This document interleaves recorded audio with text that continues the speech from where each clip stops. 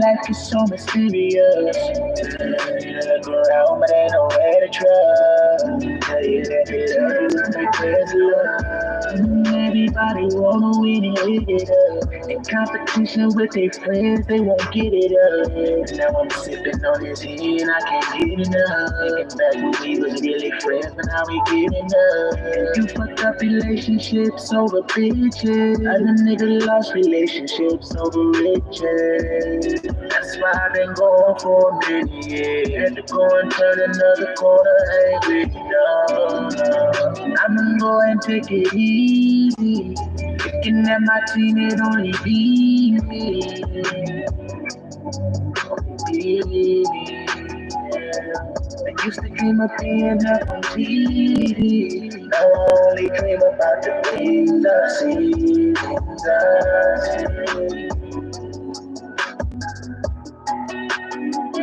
Living life like a hero. I do rock it like a zero. Brother Skill in the building. Fighting this hero. Peace to you again, brother. Welcome back. Standing on my heels like a hero. I'm just trying to keep it real. See my niggas getting killed. I'm supposed to act like I don't know this, but I never will. I'm just telling you how I feel. Act like you don't know this. Act like you don't know this. Others to think that they don't know me. I guess I gotta be the one that's lonely.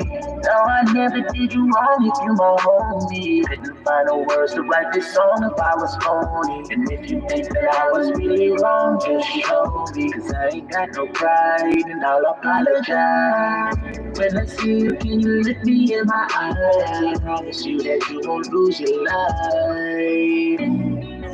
I'ma go and take it easy.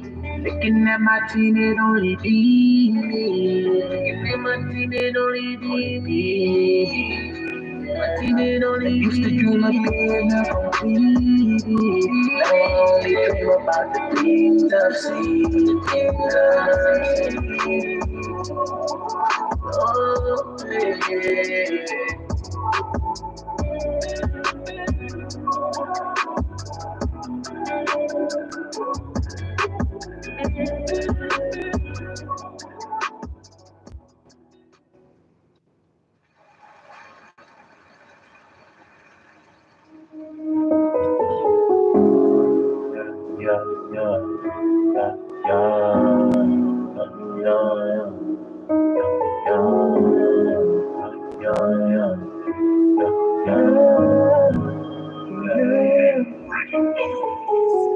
You don't really like it when I get into the facts. Soon as I started talking, then they tell me to relax. You say you want the answer, but you really scared to ask. You're trying to hide your sins, we gon' put them on blast. Looking for your candle, I ain't seeing no flash. I don't wanna see you burning up and turning into ash.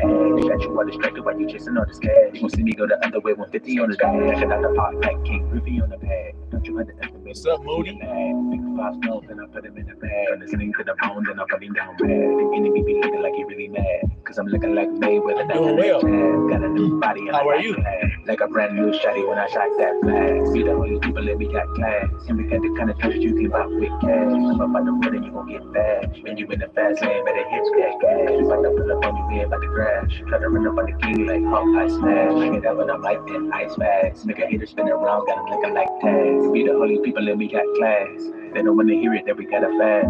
You're trying to see the future, but you gotta pass. Trying to throw stones, but you're living in a house of glass. They try to play you like a song, but it ain't jazz. We the fishers of the man, we ain't fishing bass. Only one way in, you can't get a pass. Trying to see your face, but you hiding it behind a mask.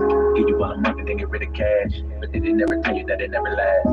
You go into the dirt, underneath the grass. Now you pushing up the flowers, but that shit is sad. They try to see if he alive, so they had to stab. He was coming right back, so I had to laugh. They tried to put him in the tomb, and they had to dash. But it over like Peace, brother Chuck. Glad to have you here. Hopefully you can listen while you drive. Be safe out there, my brother.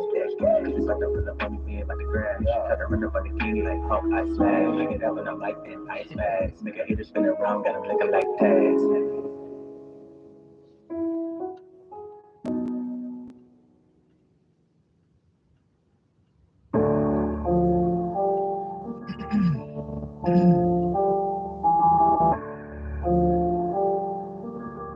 X-Ray Beats.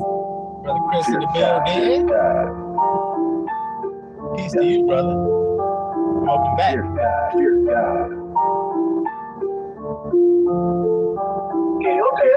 Fear God, now I'm ruling with a ride. Started up, I clicked the vibe. Clocking in like it's my job. We so deep, lit like a mob. Up in the Jeep, pulling up on the block. Playing for keeps, we ain't never gonna stop. Feet me sheep and I'm keeping the flock. He was like, follow me, I was like, domino. I gotta lie down like the domino. There be a fine line, man, animal. Niggas be lying down with the cannibals. You think I'm lying, I give you the truth. Niggas right in the eye when I give you the truth. Never wasting my time when I get in the booth. My enemies coming, then I be like, poof, poof.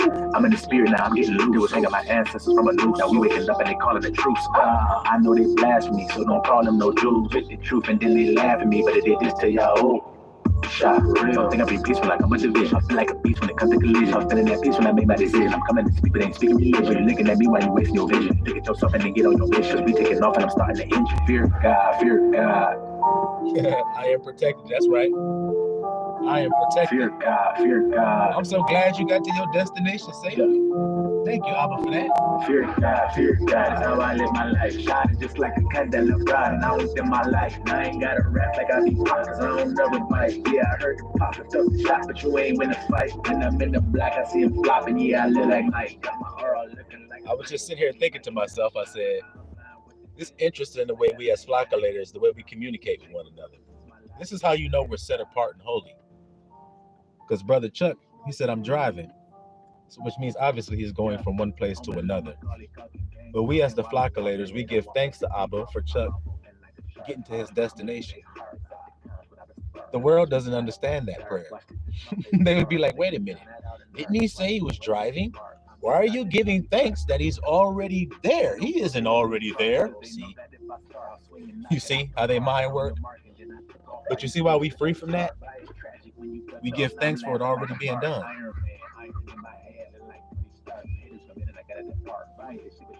And I'm up in the sky like a flies alert. Niggas ain't fighting, they pop like a car. Do what I got is my heart. He gave me the best, I'm in the car. Fear God, fear God. Fear God, fear God. Yeah.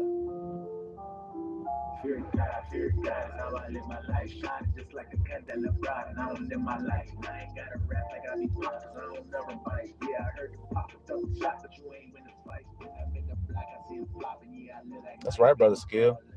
That's true, though. We take the Father's name in truth. That's what separates us from the world. That's what we've been talking about. It's interesting when you see people, the whole wide world, talking about who they worship. They worship God. They worship this and do this. And they go through all type of rigmarole and all type of traditions of men talking about they're serving God. But yet they never, ever mention his name. Isn't that interesting? Nor do they tell you how that name affects you, because they don't know. Just like we've been discovering through our messages.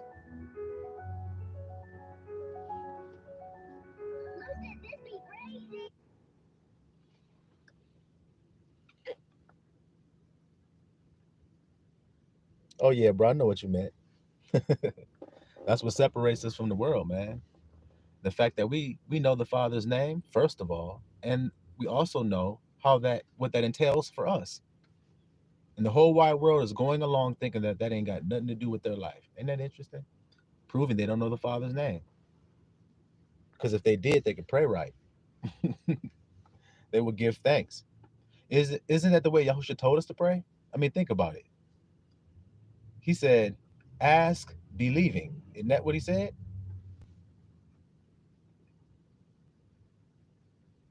So if a brother of yours was traveling, you'd say, make it there safe, and I hope you get there safe, and may God bring you there safely. And that's the normal way a carnal-minded person would pray. But the spiritual mind is life and peace, which means I'm already believing, see, what I've asked for is already done. So then I pray accordingly to that.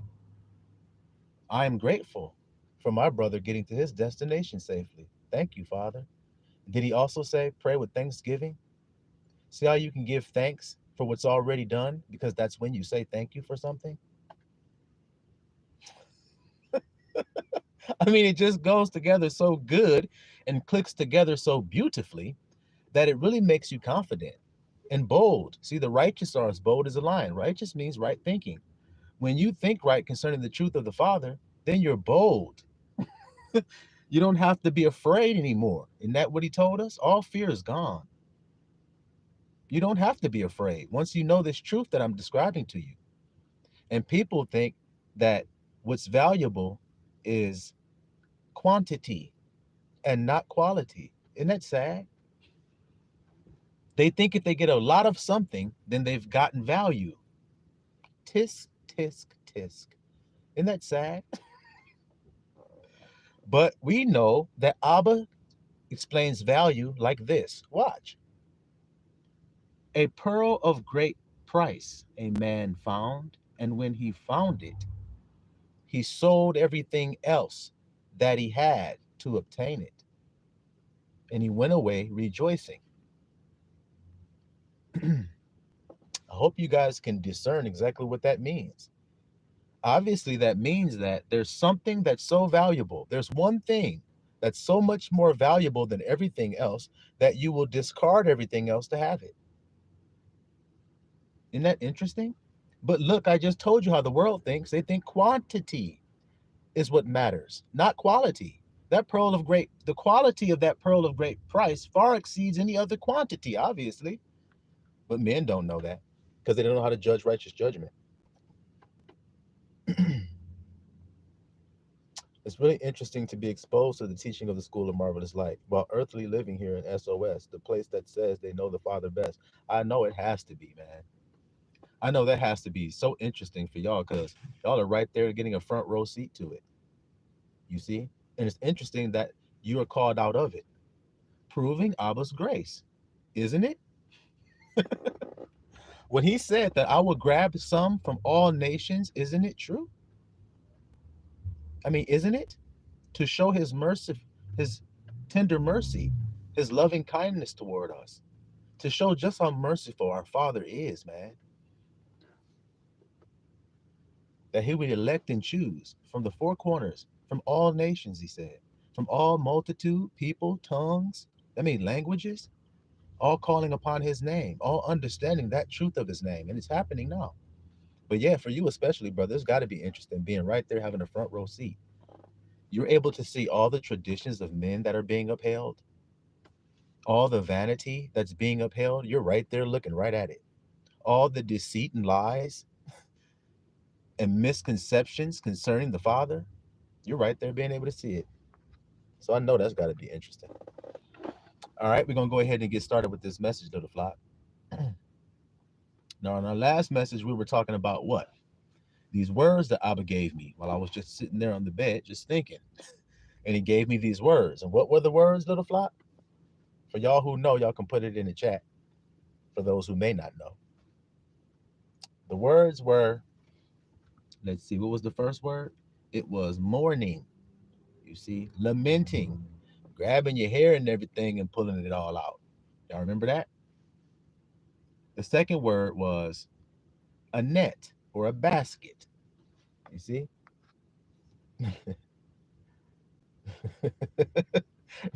Having some popcorn while Neander Thriller goes on. Exactly. Sitting back talking about I am safe. Hush, hush, hush, hush. I am relaxed. They're out there like, no, run for your lives, man. We're all gonna die. You see the difference? Yep, Abaddon was the third. That's right.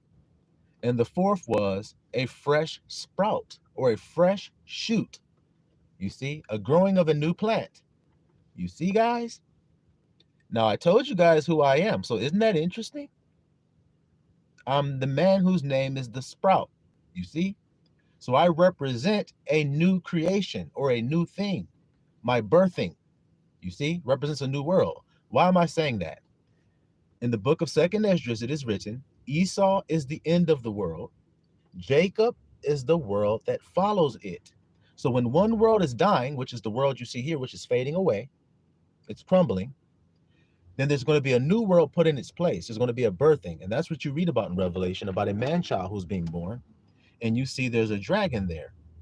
Now, how come there's a dragon there, guys? Because he wants to destroy the man-child, right? Why does he want to destroy that man-child? Why do you guys think?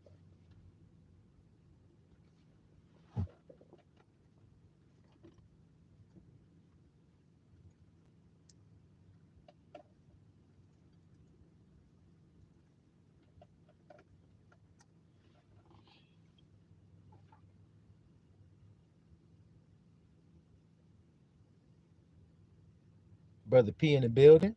Peace to you. Yeah, we back live again. Got a whole bunch more food to serve. That's right, Brother Chris. Welcome to the live stream. Welcome back to Sprout. You see that? There's a sprouting going to occur. And when that sprouting occurs, what do we discover?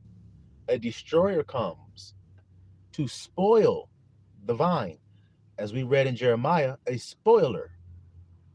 Now, when that spoiler comes, and watch how all these words go together. When the spoiler comes, what is the nation of Israel? What are they supposed to do during that time?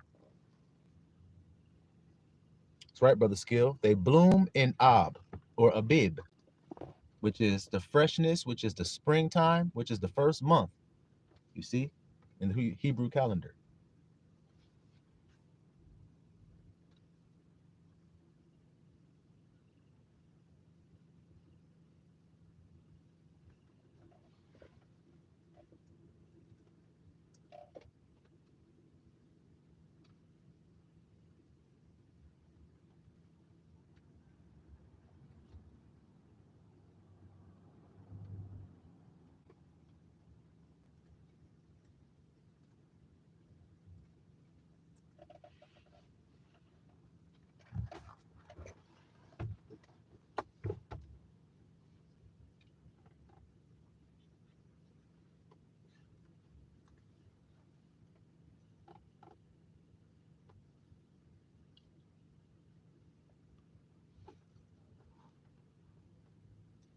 Brother Chris says, because once you know I am, then I am saved comes next, so that you won't be so that you won't be saved, the spoiler comes. That's simple. So when the sprouting occurs, when that baby is born, then the red dragon is there waiting for it. Now let's see. Let's see if we can get any history of this. That there's a time specifically when he comes to destroy, because he's trying to stop something happening. Like I said, that man-child in the Bible is going to do something. What did it say he's going to do? He's going to rule all nations with a rod of iron. You see that? So he's an heir to a throne. That's what he wants to stop. There's a position that comes with this time when he comes that's available. Watch, I'm going to prove it to you. The book of Exodus, chapter 1.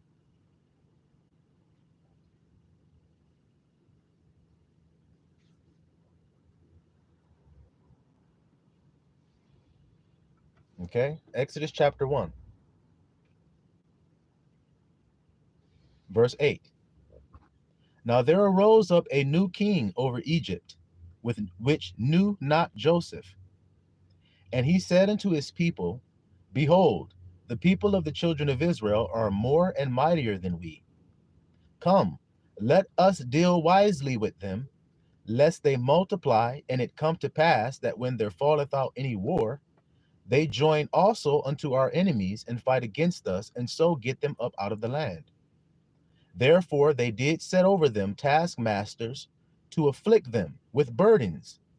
So the Egyptians set over the Israelites taskmaster, a slave master, that afflict them with burdens. See it? And they built for Pharaoh treasure cities. They built Pharaoh's cities, Pithom, Ramses. But the more they afflicted them, the more they multiplied and grew. And they were grieved because of the children of Israel. And the Egyptians made the children of Israel to serve with rigor, to slave real hard. You see that there? Do hard ass work. And they made their lives bitter with hard bondage in mortar and in brick and in all manner of service in the field. Did this happen to some people right here in America? This same thing? Did you read Deuteronomy 28:68? I shall bring thee into Egypt again with ships. That they're gonna make you serve real hard rigor in the field. They're gonna afflict thee. Y'all see how this is going? Now watch what happens when they start to grow and multiply. They're making their making their lives hard. Excuse me. And the king of Egypt spake to the Hebrew midwives. Interesting. spoke to the Hebrew midwives, of which the name of one was Shiphrah and the name of the other Puah. And he said, when you do the office of a midwife to the Hebrew women, so them same women that was out in them fields doing hard ass rigor, that's them Hebrew women that's being mentioned here. So it's no discrepancy about who anybody should visualize in their mind when they hear this. What kind of women are these? It says they're Hebrew. So I don't care what the world calls them. Their true name is Hebrew, you see? So when the Hebrew women start having babies and you see them sit upon the stools, if it be a son, then you shall what? When you see one of them Hebrew ladies having a son, what shall you do to him?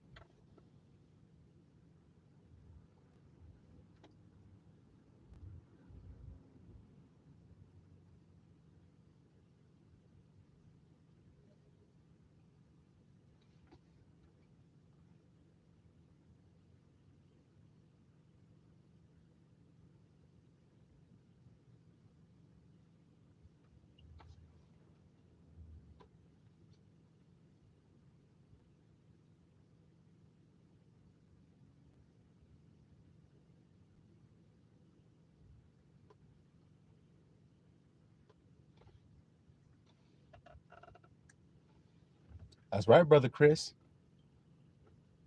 That's right. So then, is that what I'm describing here? When a man child is born, there's somebody waiting there to kill him. Isn't that what we just read? Why are they doing this? Well, it's probably because a deliverer is going to be born that's going to be put in a basket. Isn't that one of the words Abba gave me? Yeah. See what I'm trying to say to you, little flockulators? All right.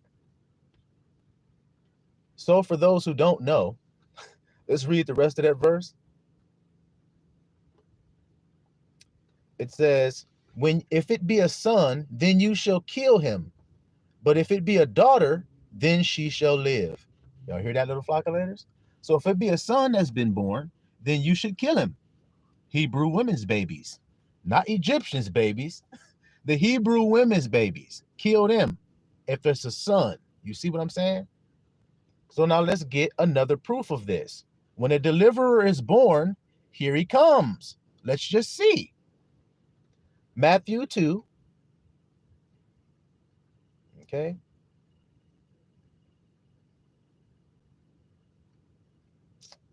Matthew 2. Let's start at, let's see.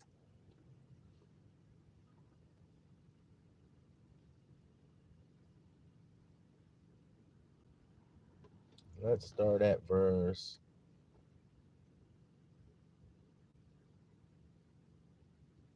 12. Matthew 2, verse 12. And being warned of God in a dream that they should not return to Herod, King Herod, they departed into their own country another way. And when they were departed, behold, the angel of I am appeared to Joseph in a dream, saying, arise and take the young child, which is Yehoshua, and his mother, which is Mary, and flee into Egypt. Interesting. The same place we were just reading about earlier. Let's keep going. And be thou there until I bring thee word. For Herod will seek the young child to what? He will seek the young child to what?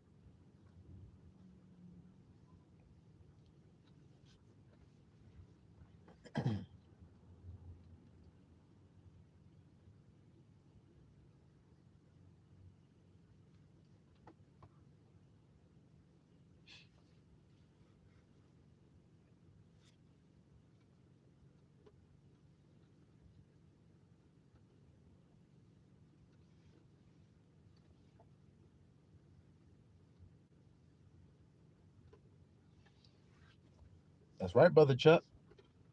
Isn't that the guy we were talking about? Isn't that one of the words Abba gave us? Well, actually, I'll ask you guys. Is that one of the words God gave us? Abaddon, which is the destroyer. And it says there, he wanted to destroy the child, like Brother Chuck said. Isn't that the same thing we're reading about in Exodus?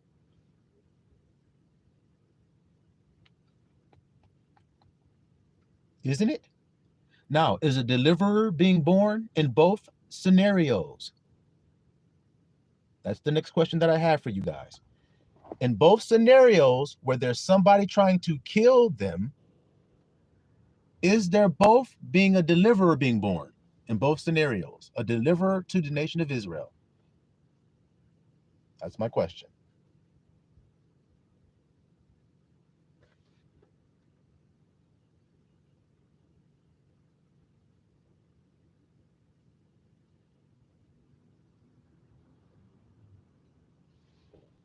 All right, while you guys percolate on that, I'm going to keep on reading here in Matthew.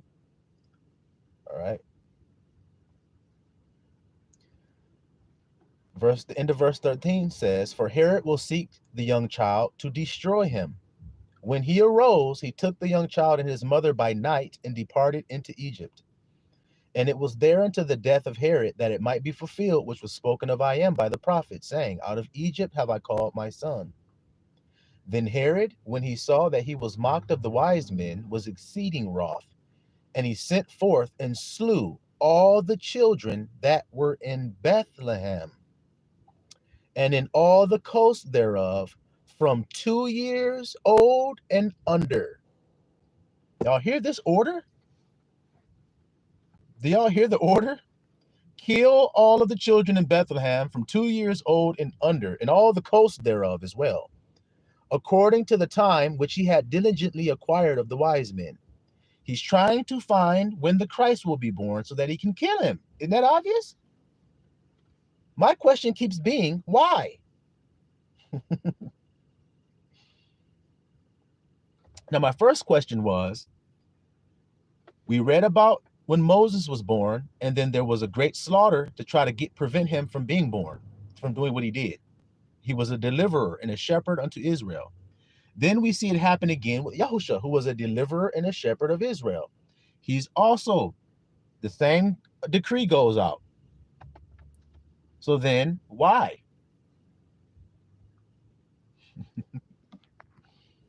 That's my question. Well, to prevent them from sitting upon that high place of rulership, you see, or being a deliverer to the people. He wants to prevent that from taking place. He doesn't want his slaves being freed. Egypt didn't, and neither did Rome. Y'all understand what I'm saying?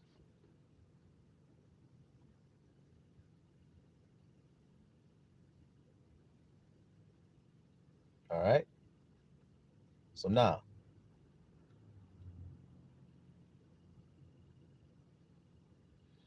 let's go back to the book of Jeremiah chapter 6, where we read in our last message.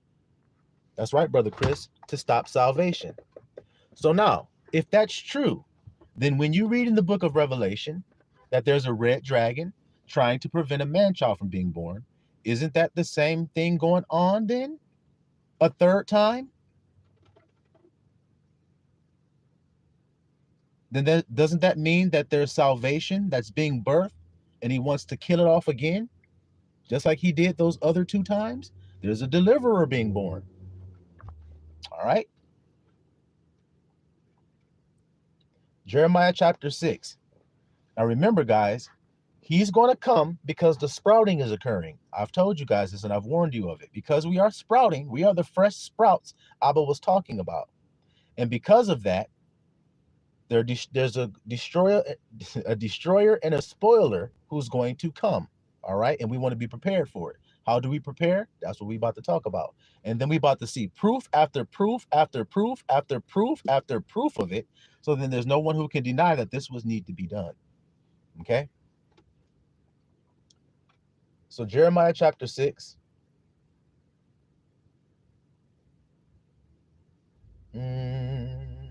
We read this earlier, so I just want to get one little point from here and then we'll move forward.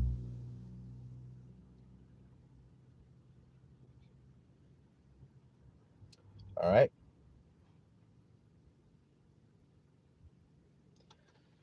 Jeremiah chapter 6, verse 22. Thus saith I am, Behold, a people cometh from the north country, and a great nation shall be raised from the sides of the earth. Y'all hear that? So there's an enemy coming. Let's read about this enemy. Verse 23. They shall lay hold on bow and spear. They are cruel and have no mercy. So it's pretty clear what kind of guys these are, right? Destroyers, right? Who are they warring against? They're set in array as men for war against thee, O daughter of Zion. Ooh, wow. I told you what Zion is. Right thought, righteousness, those who are clothed in white linen. That's why you read about that war in Revelation I told you guys about. You see? You see? It's all because of a birth that is occurring. So let's continue. And if you don't think it's about a birth that's occurring, let's just keep reading here. Verse 25. Go forth. Verse 24. We have heard the fame thereof. Our hands wax feeble. Anguish hath taken hold of us, and pain as a woman in travail. See? You see it? It's all connecting like Legos. Go not forth into the field, nor walk by the way, for the sword of the enemy and fear is on every side. O daughter of my people, gird thee with sackcloth, and wallow thyself in ashes. Make thee mourning, as for an only son, a most bitter lamentation, for the spoiler shall suddenly come upon us. For means this is why we need to do this. Do you understand what I mean by saying that? In other words, he's saying sackcloth, wallowing in ashes, make mourning, make a most bitter lamentation. Why? Because the spoiler is coming, and he shall suddenly come upon us. You see that, little flock? So if he's suddenly going to come upon us, then don't you need a warning if God is indeed merciful and gracious? This is the warning. Like I said earlier on the first live stream that we did. You see? Now we're going to prove it where it's undeniable. If a person is leery about what I'm saying, then by the end of this message, they can't be leery anymore, because it's going to be whack-a-mole over the head so many times that little mole is going to have so many stars and birds going around his head. Y'all understand what I'm saying? He gonna have so many stars and birds going around his head, he ain't gonna know what's left and what's right. All right. So now we see the destroyer or the spoiler is on his way. And so we need to be girded in sackcloth, wallowing ourselves in ashes, making a mourning with the most bitter lamentation.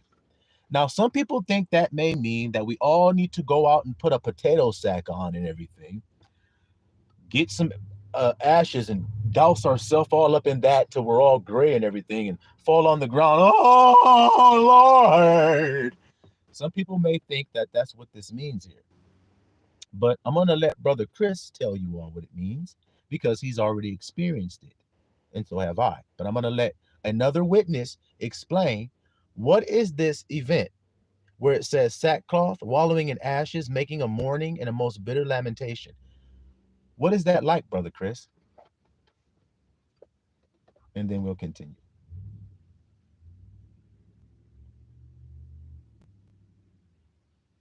Because it's a moment in a man's life when something occurs. What is that something that occurs, Brother Chris? Can you explain it for us?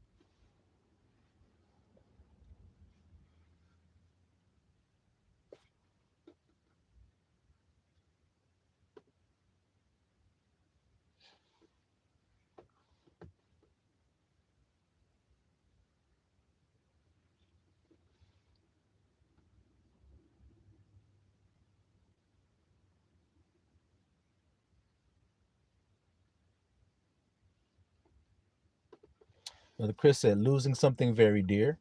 Okay, so when you were describing your experience, when you said, I didn't believe in the Father and I didn't believe in God, I thought people that believed in God were crazy. Then you had a event take place. What was that event? Can you describe it to us?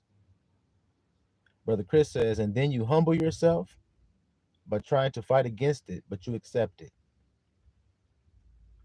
Then you humble yourself, not, I believe that's what you mean, not trying to fight against it, but you accept it.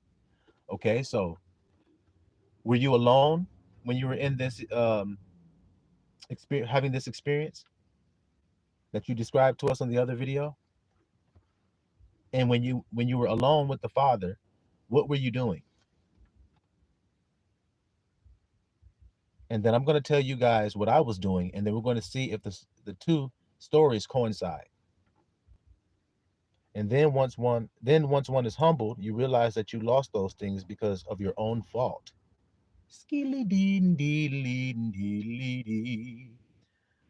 Okay, so you were alone. Okay, what were you doing in that moment?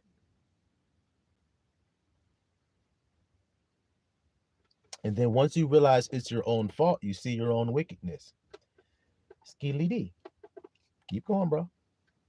And your unrighteousness. Let's keep going. And how does that make you feel when you see those things? And then you mourn. Look how that spirit is going. That's right. And then you mourn. You mourn sore, don't you? And most bitter, don't you? Is it a bitter mourning that you experience? Did you experience a bitter mourning? Did you cry bitter tears?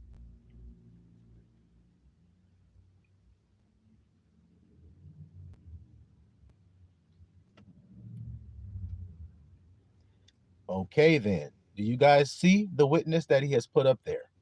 Very bitter, he said. And then after this bitter mourning, then what happened? After the bitter mourning took place, what was the next thing that took place? And then I'm going to go ahead and tell my own experience, and then we'll see.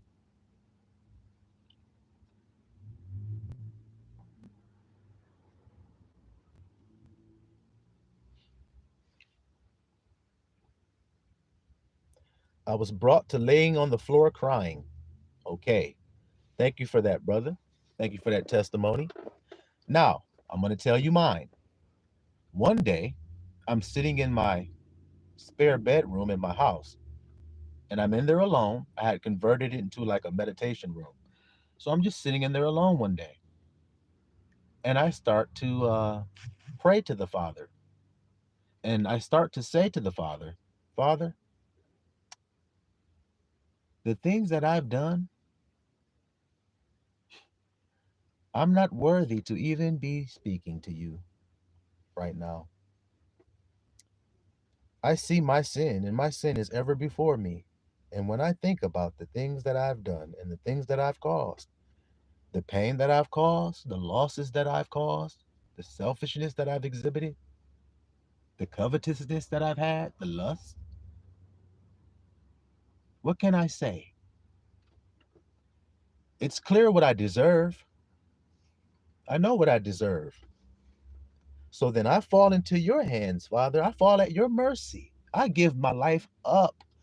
It's clear I didn't know what I was doing. And I destroyed because of my ignorance. And I don't want to destroy anymore. So can you take the wheel? And can you take over for me? And guide me? And can I sit in the passenger seat so I can rest? And I can feel safe that I will get to my destination? Because when I'm driving, I'm crashing. Y'all see that state of being right there? Y'all see? So Brother Chris says, after that morning, then he showed up, and then came forgiveness and love. Okay, so as I was sitting there in this state of being, look at how it's about to go. As I'm sitting here crying and everything with my head hanging low, feeling like a piece of crap, whatever you want to call it, I'm sitting there in that state, just crying out to the Father about my own sins. Then he enveloped me, like Brother Chris said, in a great hug. And I was caught up in a rapture of love from that moment forward.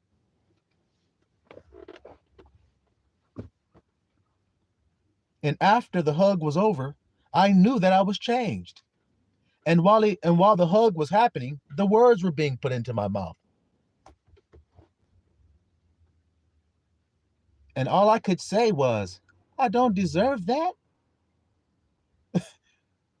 You are truly merciful. See how it works? You are truly a gracious God. I know what I deserve, but look what you've given me. But look what it took is what I want you guys to see. Look what it took to receive that. We have both admitted, me and Brother Chris together have admitted before you all that we have snot dripping down, tears coming, shame, mourning, sadness, wallowing in ashes. This is why I'm saying this. Do you see how the scripture is speaking to you? That's the wallowing in the ashes, that if you do that, then you will be delivered from the destroyer. But how many people will humble themselves? How many people will admit their own fault, to admit what they truly deserve? How many people are willing to do it, to say, I'm wrong for what I've done? How many people do it? Not many. Not many. Brother Chris says, the arrogance that I had, that's what I saw very clearly in that moment. What my arrogance had caused to those around me. It destroyed, didn't it? There's no other answer. It destroyed. So do y'all see this, little flock? Once you see the work of your own hands, then you will feel shame. You will feel sadness. You will feel mourning, and you won't deny it. The only reason you will deny it is out of that word that the brother just said, arrogance and pride. Pride goes before a great fall, y'all, and destruction. See? Pride goes before it. So then, if pride is the last thing you'll see before destruction happens, then what do you think you should be when destruction is coming? What do you state of being you think you should be in? He said, bro, all I deserved was death. Isn't that what I just said? See how it all agrees? But what I got was life. Isn't that the truth? It wasn't by anything that I did, because if I was judged for what I did, I should have gotten death.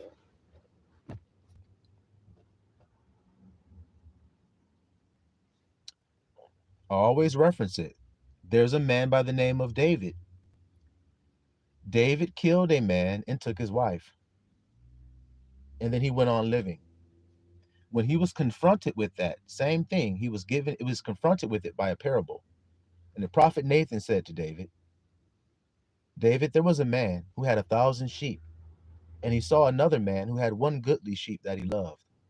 The man that had 1,000 sheep killed the man that had the one goodly sheep, and he took his sheep. Then he said, David, what do you think should happen to that man? And David said, that man deserves to die. And Nathan said, you are that man, David.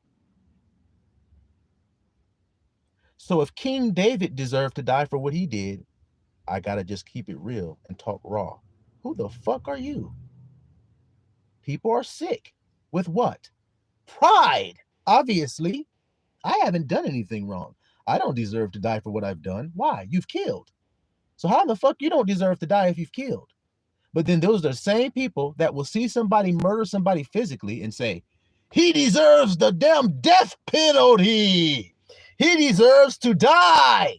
This wicked, cruel, dusty ass, dirty ass, nasty, backwards, flipped upside down ass world that I can't stand, because I ain't friends with this world, and neither do I love the things of it. How you guys feel about it?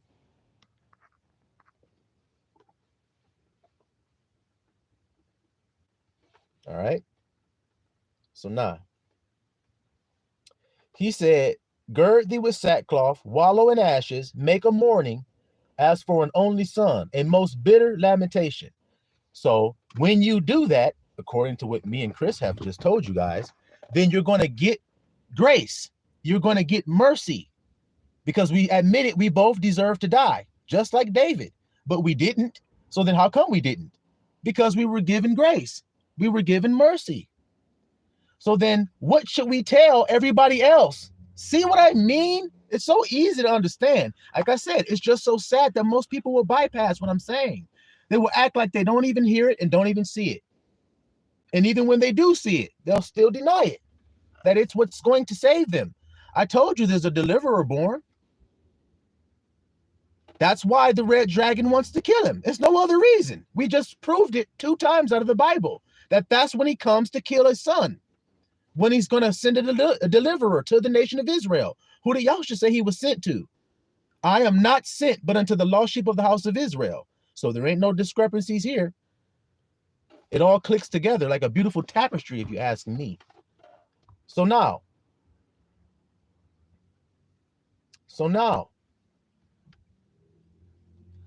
let's see. So while there are some people who are girding themselves in sackcloth and everything, let's see about the rest. Verse 27. Jeremiah 6, verse 27. I have set thee for a tower and a fortress among my people, that thou mayest know and try their way. They are all grievous revolters. Look at this. Walking with slanders.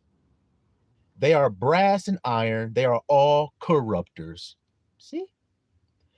The bellows are burned, the lead is consumed of the fire, the founder melteth in vain, for the wicked are not plucked away. You see that? For the wicked are not plucked away. Reprobate silver shall man call them, because I have rejected them. So then when you don't fall down in sackcloth and ashes with the snot coming down and the tears and everything, the way we just described to you, then what will you get? Then what will you get? If you don't humble yourself, then what will you get? It's very simple if you ask me.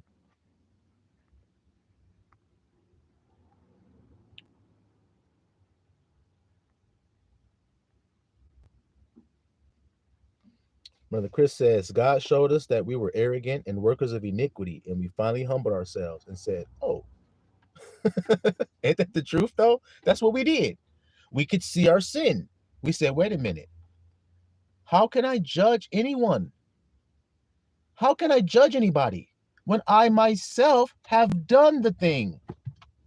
That was that whole scene where Yahushua was taking those men saying, you without sin cast the first stone, and they all walked away. So then all of us are in that same case. Can't throw a stone, but yet everybody got a stone in their damn hand. Want to judge another man about what he do and don't do, what he say or what don't say. Got a stone in their hand, ready to kill when they are guilty of the same sin. All people are. It's no need in anybody coming here today saying you ain't guilty of sin. Because if you say that, then I know you're a liar. I know you're a liar. So then shouldn't we all admit our sins to the Father? And if we do, he's gracious and he will give mercy. I'm a witness to that. Are you a witness to that, Brother Chris? That if you do it, he will give you grace and mercy. Are you a witness that that's true?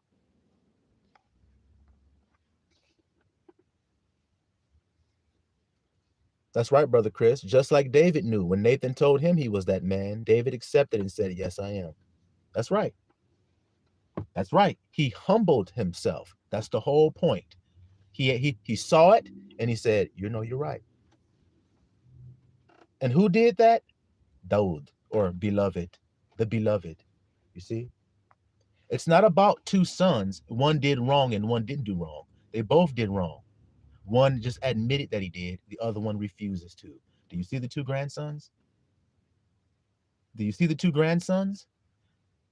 Cain and Abel? Jacob and Esau? Do you see them? Because they're right there. They're right there. All right, Brother Chris, that's true. See, you know it. You know it.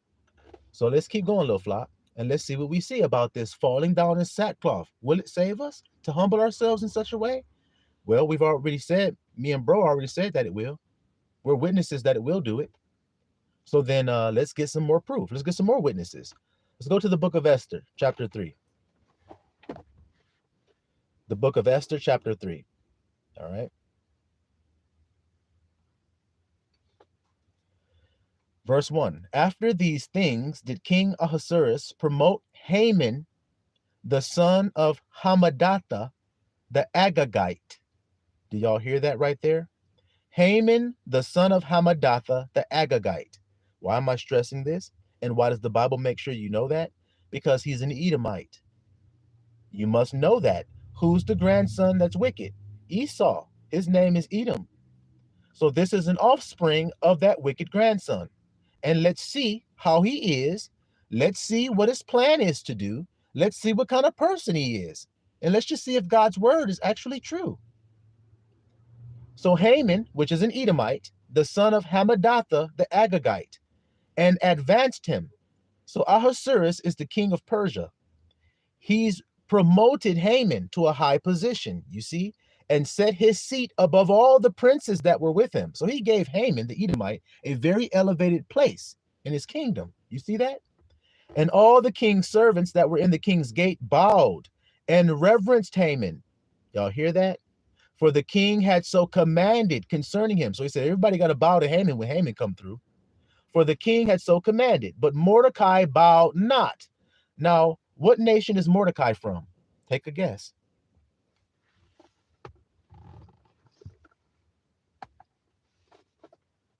But Mordecai bowed not. What nation is he from?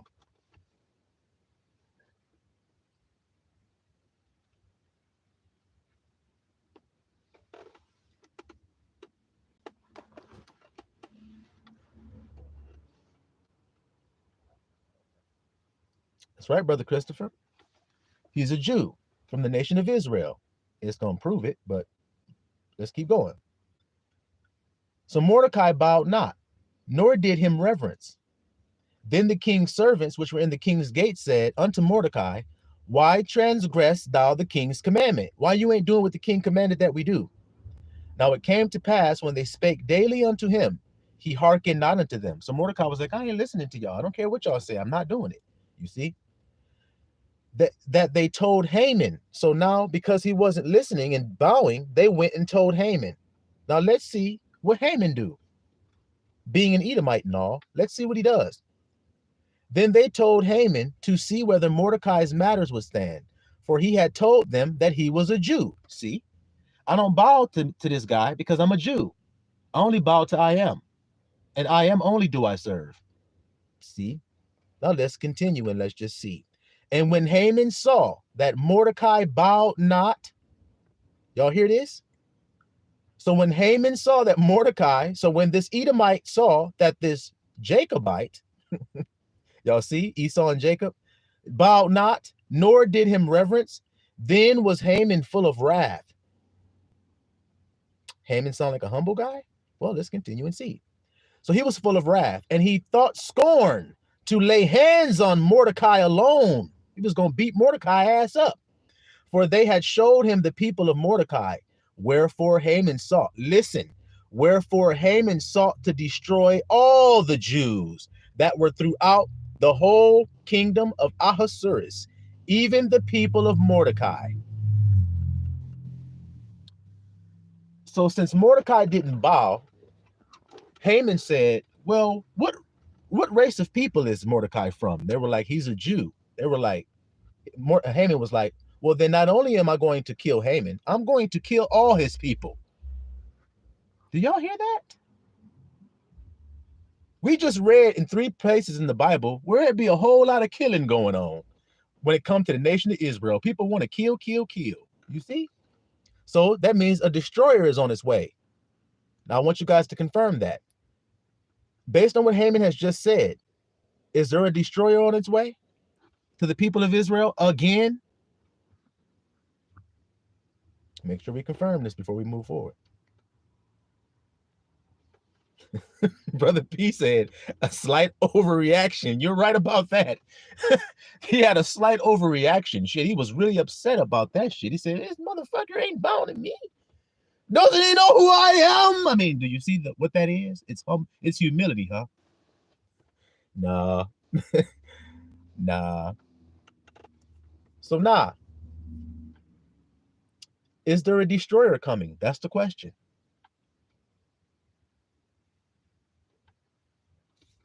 Coming for the Jews.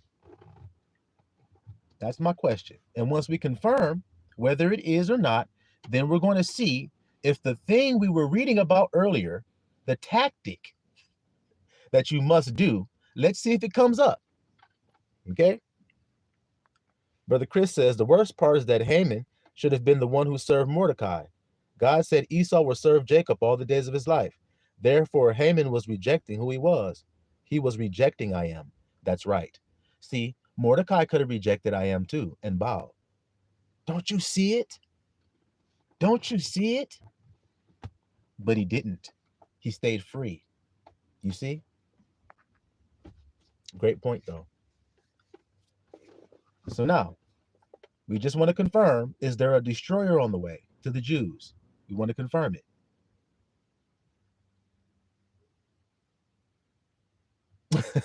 Brother Cut in the building. Said, Chris, that's a spoiler, man. All right. Is there a destroyer on his way?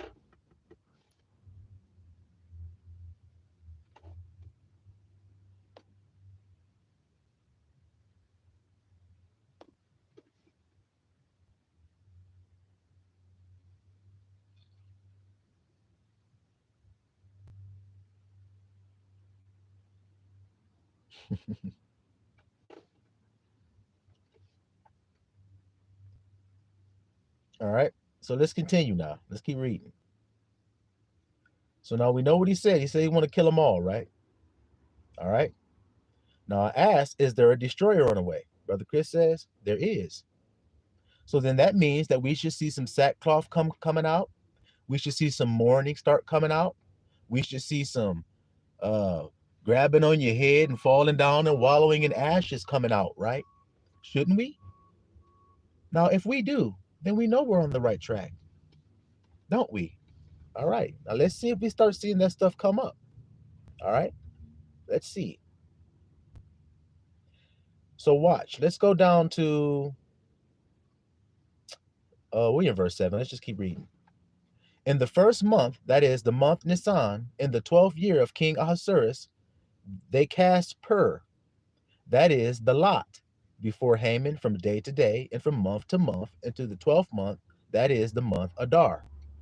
And Haman said unto King Ahasuerus, there is a certain people. So Haman is now talking to the king of Persia. Okay.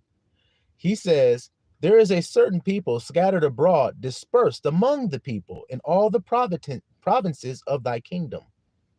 And their laws are different from all people. Neither keep they the king's laws. Therefore, it is not for the king's profit to suffer them. Is this not the same thing we heard about in Egypt? Hey, man, they're going to grow and get big, man. We need to kill them, man, before they multiply and everything, get powerful. And it's the same thing? Yeah. All right. So let's keep going. Let's see what we see. Let's see what he devises. What is his plan? He says, if it please the king, let it be written that they may be destroyed. Stop. Isn't that what I told you? Destroyers on the way. Clickety click, right? Let's keep going. Let it be written that they may be destroyed, and I will pay, I will pay 10,000 talents of silver to the hands of those that have the charge of the business to bring it into the king's treasuries. And the king took his ring from his hand and gave it unto Haman, the son of Hammedatha, the Agagite, the Jews' enemy. Isn't that interesting how they threw that in there? The Jews' enemy. See that there? And the king said unto Haman, the silver is given to thee, and the people also, to do with them as seemeth good to thee. So do with them people whatever you want to do. Uh-oh! Do y'all hear this? How should the Jews feel when they hear that decree go out? Well, let's just keep on reading and see. Let's just keep on reading and see. Then were the king's scribes called on the 13th day of the first month, and there was written according to all that Haman had commanded unto the king's lieutenants, and the governors that were over every province, and to the rulers of every people of every province, according to the writing thereof, and to every people after their language, in the name of King Ahasuerus was it written and sealed with the king's ring. So he took a document and had it sealed and presented before all the people of the province and all the languages that they spoke, so that they could see what the decree was and they could all read it and understand it. Now let's see. And the letters were sent by post into all the king's provinces. They sent some mail. You got mail. To destroy, look at this, to destroy, to kill, and to cause to perish. What does Abaddon's name mean? What does Abaddon's name mean?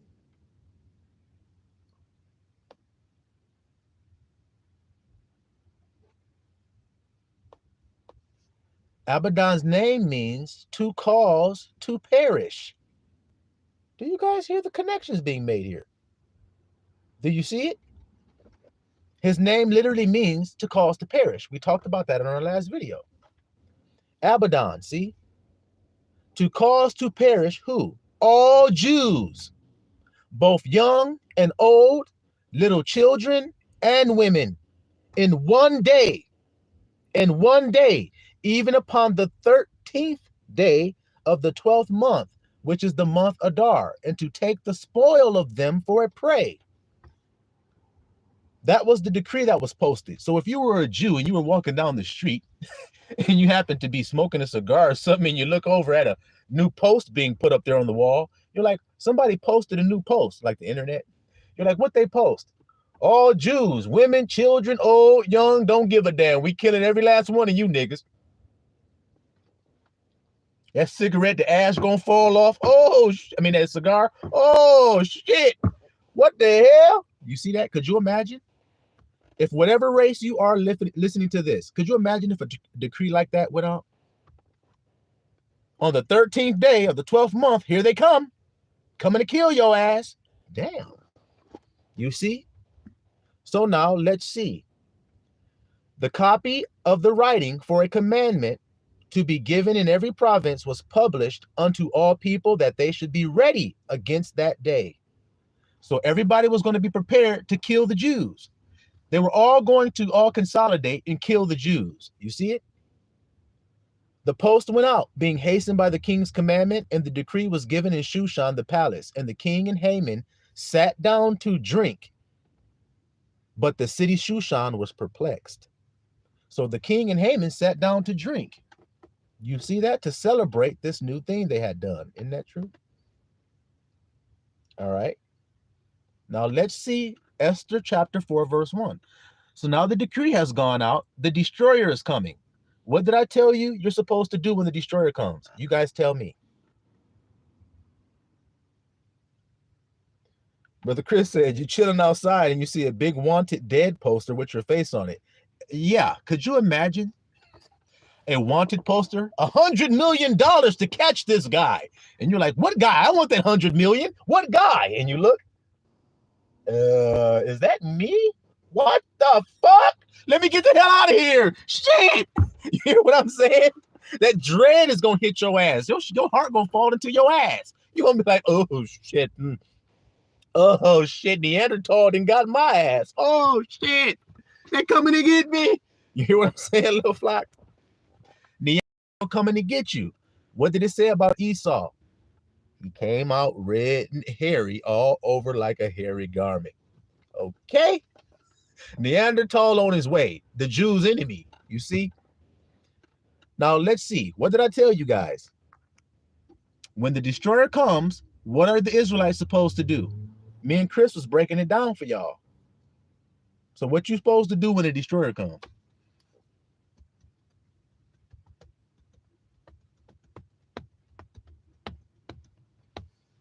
That's one thing for sure. Stay inside the ark, the temple. That's one thing.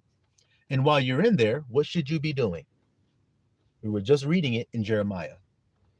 Because when the destroyer was coming then, it said the spoilers coming, they were told to do something by Abba. What were they told to do? That's right, Brother Chris. Skeet dee. That's right. They were told to mourn. They were told to wear sackcloth.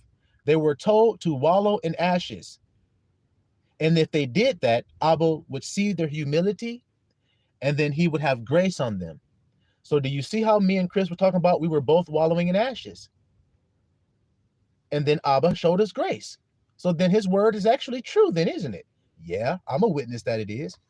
So now, if that's true what I've told you all, then we should see the very next thing the Jews end up having to do is do this. Let's see.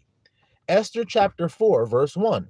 When Mordecai perceived all that was done, so he saw the wanted posters, in other words, Mordecai rent his clothes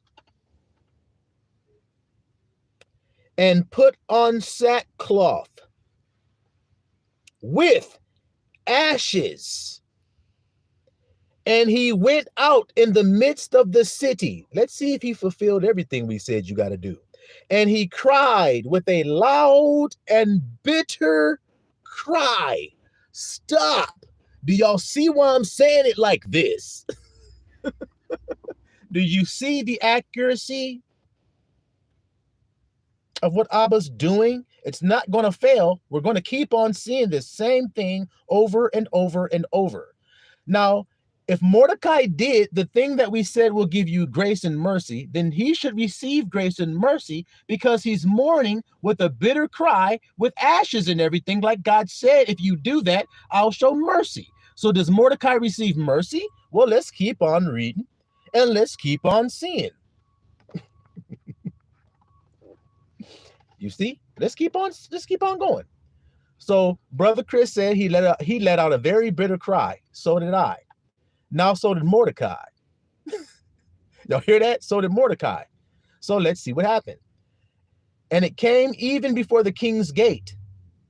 And he came even before the king's gate, for none might enter into the king's gate clothed with sackcloth. And in every province, whithersoever the king's commandment and his decree came, watch, there was great mourning among the Jews. So as soon as they saw the wanted posters, they mourned. This continue. Who did? The Jews did. And fasting and weeping and wailing. Wailing was one of the words I told you that Abba gave me when he said mourning, lamentation, pulling your hair, and wailing. Correct? So is that what's happening here?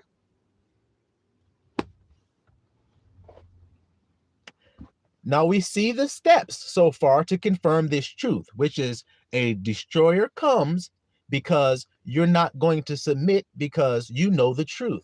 Now that you know the truth, you cannot be deceived anymore. So then there's nothing else for him to do but kill you now. So then he's going to try to, as we saw over and over again, and as we see what's going on here. You see it? Why would he want to kill all the Jews because of what Mordecai did? Because if the Jews saw what Mordecai did, then they would stop being afraid and they would stop bowing down to these authorities that were above them. Can't y'all understand that? Can't you? Right then. So let's see. So Esther's maids and her chamberlains came and told it to her. They showed her the wanted poster. Then was the queen exceedingly grieved. What the heck? Everybody's going through it. Yeah. And she sent raiment to clothe Mordecai. So she sent some clothes to Mordecai, and to take away his sackcloth from him. But he received it not. He said, no, I got to wear this sackcloth. Don't you know that? I know what Abba told me to do. And that's to wear this sackcloth.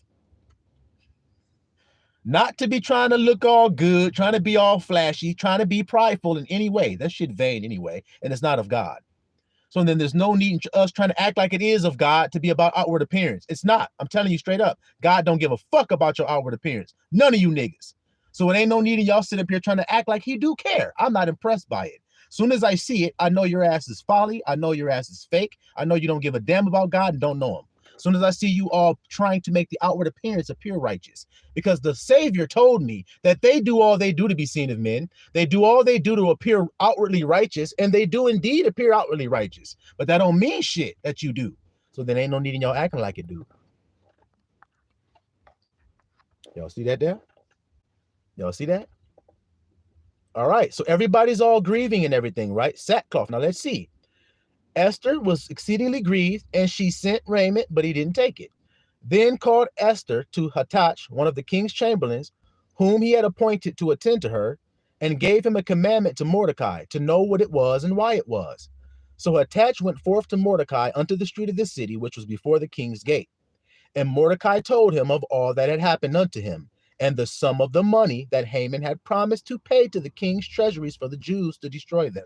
He said, I'm willing to pay bread for them to get killed. Ain't that ironic? Ain't that ironic? Just like the son of perdition always does. You see? Always got to do with some money. All right? Now watch this. Also, he gave them the copy of the writing of the decree that was given at Shushan. So in other words, he gave Esther's, which is his niece. Mordecai is Esther's uncle. So they're both Jews. Esther's a Jew too. So that means she's going to be killed too. That's the king's wife. Look at Haman. But they don't know she's a Jew. See how God works?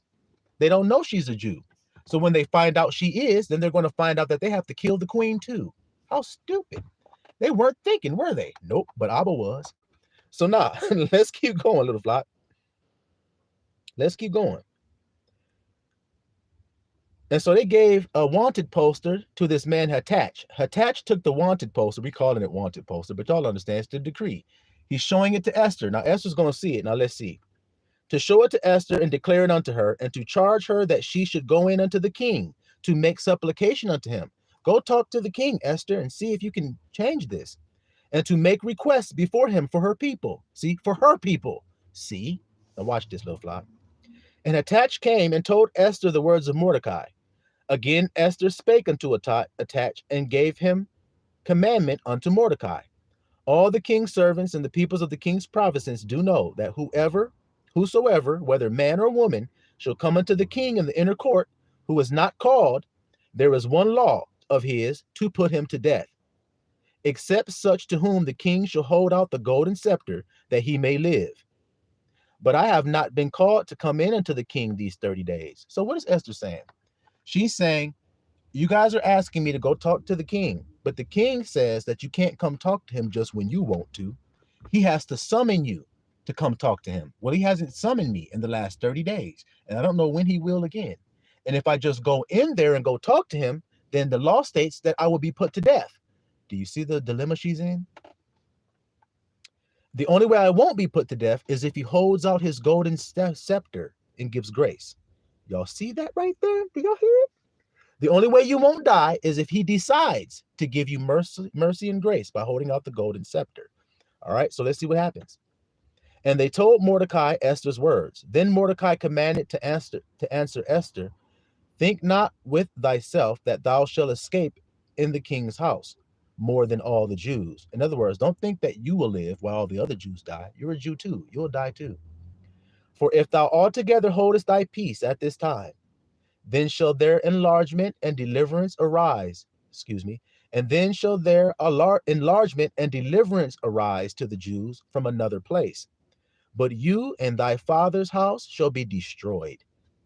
And who knows whether thou art come to this kingdom for such a time as this?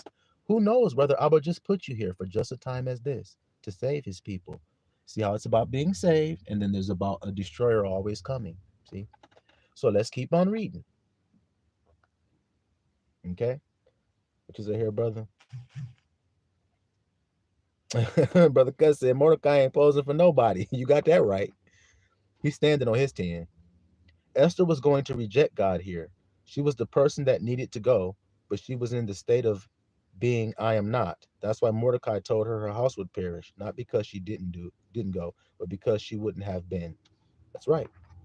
Are you that one? Or are you not? How do you know? Maybe you were born for just a time as this. So let's continue. Then Esther bade them return Mordecai this answer. Go, watch what she's going to say. Go and gather all the Jews that are present in Shushan, and fast ye for me, and neither eat nor drink 3 days, night or day. I also ask my maidens to fast likewise, and so will I go into the king, which is not according to the law. And if I perish, I perish. You heard what she said?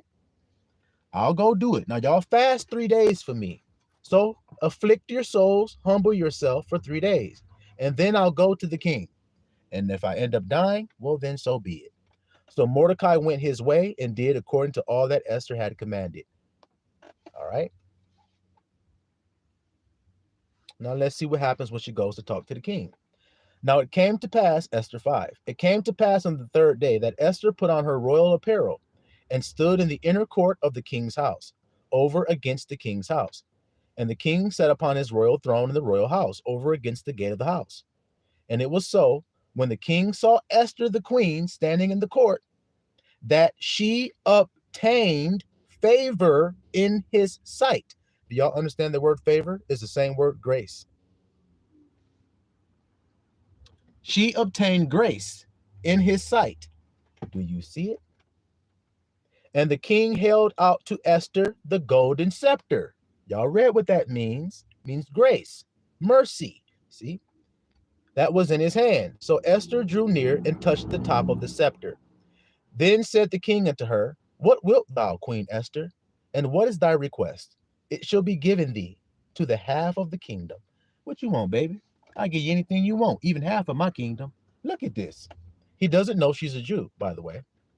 And Esther answered, if it seem good unto the king, let the king and Haman come this day unto the banquet that I have prepared for him. So she invites the king and Haman to a banquet, okay? Now to make this a little bit quicker and shorter, we're going to jump to the juicy part, okay? All right.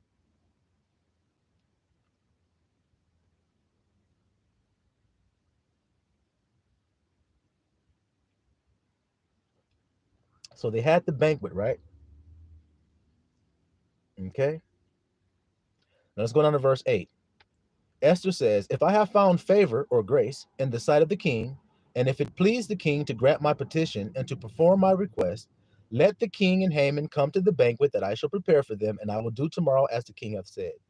Then went Haman forth that day joyful with a glad heart. And when Haman saw Mordecai in the king's gate, that he stood not up nor moved for him, he was full of indignation against Mordecai. So is he still mad, guys? Yes, he is still mad. Okay. But it says he was joyful and of a glad heart when he heard he was invited to the queen's banquet. Ooh, I'm about to sit in a high place. I'm invited to the best dinner there could ever have been made in the kingdom. You see what I mean? Brother P says, why wouldn't the king, though, have known the ethnicity of his own wife? Not have known the ethnicity of his own wife. If you go back in the beginning, he had a queen by the name of Vashti. That was the original queen that he had. And she upset him and he put her away. And then he sent some men out to go find him a wife. So they just grabbed a bunch of random women from random different places throughout the provinces, you see. And Esther was one of those women. Hadassah was one of those women that were brought, you see. So he didn't necessarily know her identity or where she was from. And it's going to go ahead and explain that, I believe, as we continue to go. Okay. So let's see. So now he's all full of indignation and he's red, hot mad, right?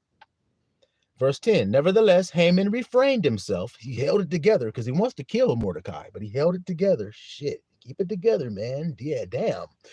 You see? So watch this, guys. Watch what he's going to do. And when he came home, he sent and called for his friends and Zeresh, his wife. So he gets all his people together and everything. And Haman told them of the glory of his riches. Look at this guy. Look how much riches I have. Look how rich I am. So you guys, like it's his family, they don't know he's rich or something. His friends and his wife, they don't know. But he's telling them about the glory of his riches and the multitude of his children and all the things wherein the king had promoted him. Watch what he's going to say. And how he had advanced him above all the princes and servants of the king. He's talking about all the great things that he's done. Haman said, moreover, yes, Esther the queen did not let no man come in when the king with the king unto the banquet that she prepared, but myself. So the king and only me can eat that banquet she made. See, he's still going on and on and on. And I am invited unto her also with the king. Yet all this avails me nothing. So all of that stuff he just described, he said, that shit don't mean nothing to me. Why? So long as I see Mordecai, the Jew, sitting at the king's gate, I don't care what I've gotten. As long as I see Mordecai sitting there, I'm not going to be happy at all. Y'all hear this shit? Y'all hear this? Look at the hatred. Okay. Then said Zeresh his wife and all his friends unto him. Watch what they're going to say. Watch what his wife says. Let a gallows be made of 50 cubits high. What is a gallows, little flock? Before we continue, Brother Chris says, God hid it for his purpose. Ain't that the truth? He hid Esther's identity, like Mordecai said, maybe just for a time as this. You see? Because if he had known her ethnicity, he would have never wrote the decree. Because he would have been like, my wife is one of them, man. I can't kill them. But the decree had to go out. Why? The hour of temptation had to happen. The Jews had to be tempted. It just is what it is. You see, the hour of temptation that shall try them that live on the earth. The place where the pirates were hung in the pirate movies. That's right. So it's a place where you hang some folk at, right? Okay. So his wife says, let's make some gallows where you can hang some people on it. Who's she planning on hanging on those gallows? Let's see. Make the gallows 50 cubits high, and tomorrow speak thou unto the king that Mordecai be hanged thereon. Then go thou in merrily with the king unto the banquet. And the thing pleased Haman, and he caused the gallows to be made. So did he take his wife's advice? Yes. and he built the gallows. Do you see? Now, who's supposed to hang on these gallows? Mordecai, correct? Let's just keep reading. But Mordecai put the sackcloth and ashes and everything, right? So let's see if he'll be protected.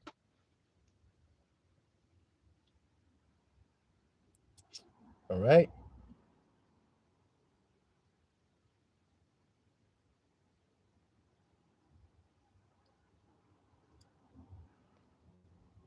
All right, Esther 6. On that night could not the king sleep, and he commanded to bring the book of records of the chronicles, that they were read before the king. And it was found written that Mordecai had told Bigthana and Teresh, two of the king's chamberlains, the keepers of the door, who sought to lay hold on the king Ahasuerus. In other words, there was a plot to kill King Ahasuerus by two chamberlains. Mordecai found out about the plot, and he told the king, and the king was saved. So usually when somebody saves your life, don't you owe them? Yeah, so let's see what happens. And the king said, what honor, see, and dignity have been done to Mordecai for this? Then said the king's servants that ministered unto him, there is nothing done for him. Guys, do you see what Abba's doing here? Haman is about to go ask for Mordecai to be killed and hung on gallows the very next day. So that night, before Haman can come ask, that night the king can't sleep. And then he goes and happens to read some records of the chronicles that were done in his kingdom. And he happened to read and remember that Mordecai saved his life. And he said, did I even honor this man for what he did? What honor has he gotten? And then the man said, none. So let's see. Y'all can see what Abba is brewing. And the king said, who is in the court? Now Haman was coming to the outward court of the king's house to speak unto the king to hang Mordecai on the gallows that he had prepared. So the king is thinking about honoring Mordecai. Haman is thinking about killing Mordecai, but he needs the king's permission to do so. You think the king is going to kill him while he's thinking about honoring him for saving his own life? Come on. Come on. So you see what happens when you put that sackcloth on and you wallow in them ashes and you take off all that damn pride and get that leaven out your shit? Don't you see what happens for you? You're protected. You're safe. You're blessed. You're loved. You ain't got a care in the world. All you got to do is stand still. Now let's continue. And the king's servant said unto him, behold, Haman stands in the court. And the king said, let him come in. So Haman came in, and the king said to him, what shall be done unto the man whom the king delights to honor? See, the king is just thinking about what he wants to do for for Mordecai. So now he's asking Haman for some advice. He goes, Haman, what should I do for a man I want to honor? Now Haman thinks that man is him. Dumbass nigga. He thinks that's about him. So watch what he says. Now Haman thought in his heart. Where did he think it? In his heart. To whom would the king delight to do honor more than myself? Look at this prideful, arrogant prick. Look at this asshole. Who would the king want to honor more than me? So he must be talking about me. So let me think about what would I want. Let's see. Let's see what your ass want, Haman. And Haman answered the king, for the man whom the king delighteth to honor, let the royal apparel be brought, which the king uses to wear. Give me one of them badass robes your ass be wearing, because he thinks it's about him. So he's telling you what he wants. Bring me one of those robes that the king used to wear, and the horse that the king rideth upon, and the crown royal, which is set upon his head. See, just like the king. And let this apparel and horse be delivered to the hand of one of the king's most noble princes, that they may array the man withal, whom the king delighteth to honor, and bring him on horseback through the street of the city, and proclaim before him, thus it shall be done to the man whom the king delighteth to honor. You see all the pomp and circumstance? This nigga's celebrating like, yes, this is what should happen for that man, because he's hoping it's going to happen for him. We just read that. He thought that in his heart. So now let's continue. Then the king said to Haman, watch this. Now remember, he said, get one of your most noble princes to take the horse to the man, put him on it, put the clothes on him, and parade him through the city. Get one of your most noble princes. Now I'm going to ask you guys, out of all of King Ahasuerus' princes, who's the greatest one?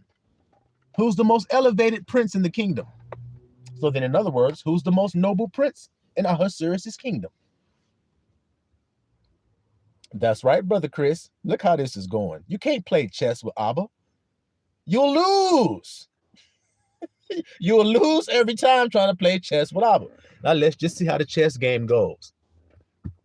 Watch this, y'all. So now Haman is the most elevated prince. So who do you think the king would send to do this for Mordecai? Let's see.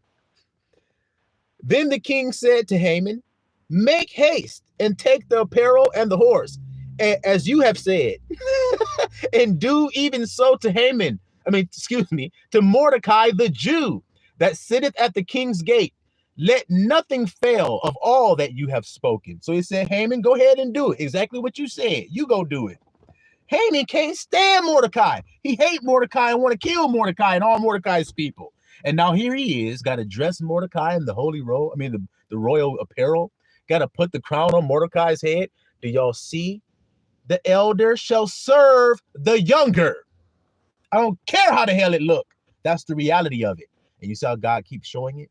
Well, let's keep on going and let's see. All right. Then took Haman the apparel, the horse, and arrayed Mordecai, and brought him on horseback through the street of the city, and proclaimed before him, thus shall it be done unto the man whom the king delighteth to honor. He had to do this shit. And Mordecai came again to the king's gate, but Haman hasted to his house, mourning, and having his head covered. He was sad as hell. Y'all see? Watch what happened. And Haman told Zeresh, his wife, and all his friends everything that had befallen him. Then said his wise men, and Zeresh his wife unto him, if Mordecai be of the seed of the Jews, before whom thou hast begun to fall, thou shalt not prevail against him, but shall surely fall before him. Do y'all hear this? And while they were yet talking with him, came the king's chamberlains and hasted to bring Haman unto the banquet that Esther had prepared. Do y'all remember? He was invited to dinner. Alrighty then, little flock. So he was invited to dinner. Esther 7 verse 1. So the king and Haman came to banquet with Esther the queen. So then the banquet goes on. Now we want to get head on and get to the point here, right? Okay. Okay.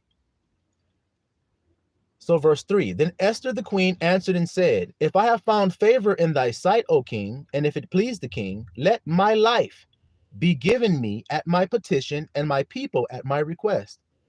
For we are sold, I and my people, to be destroyed, to be slain, and to perish.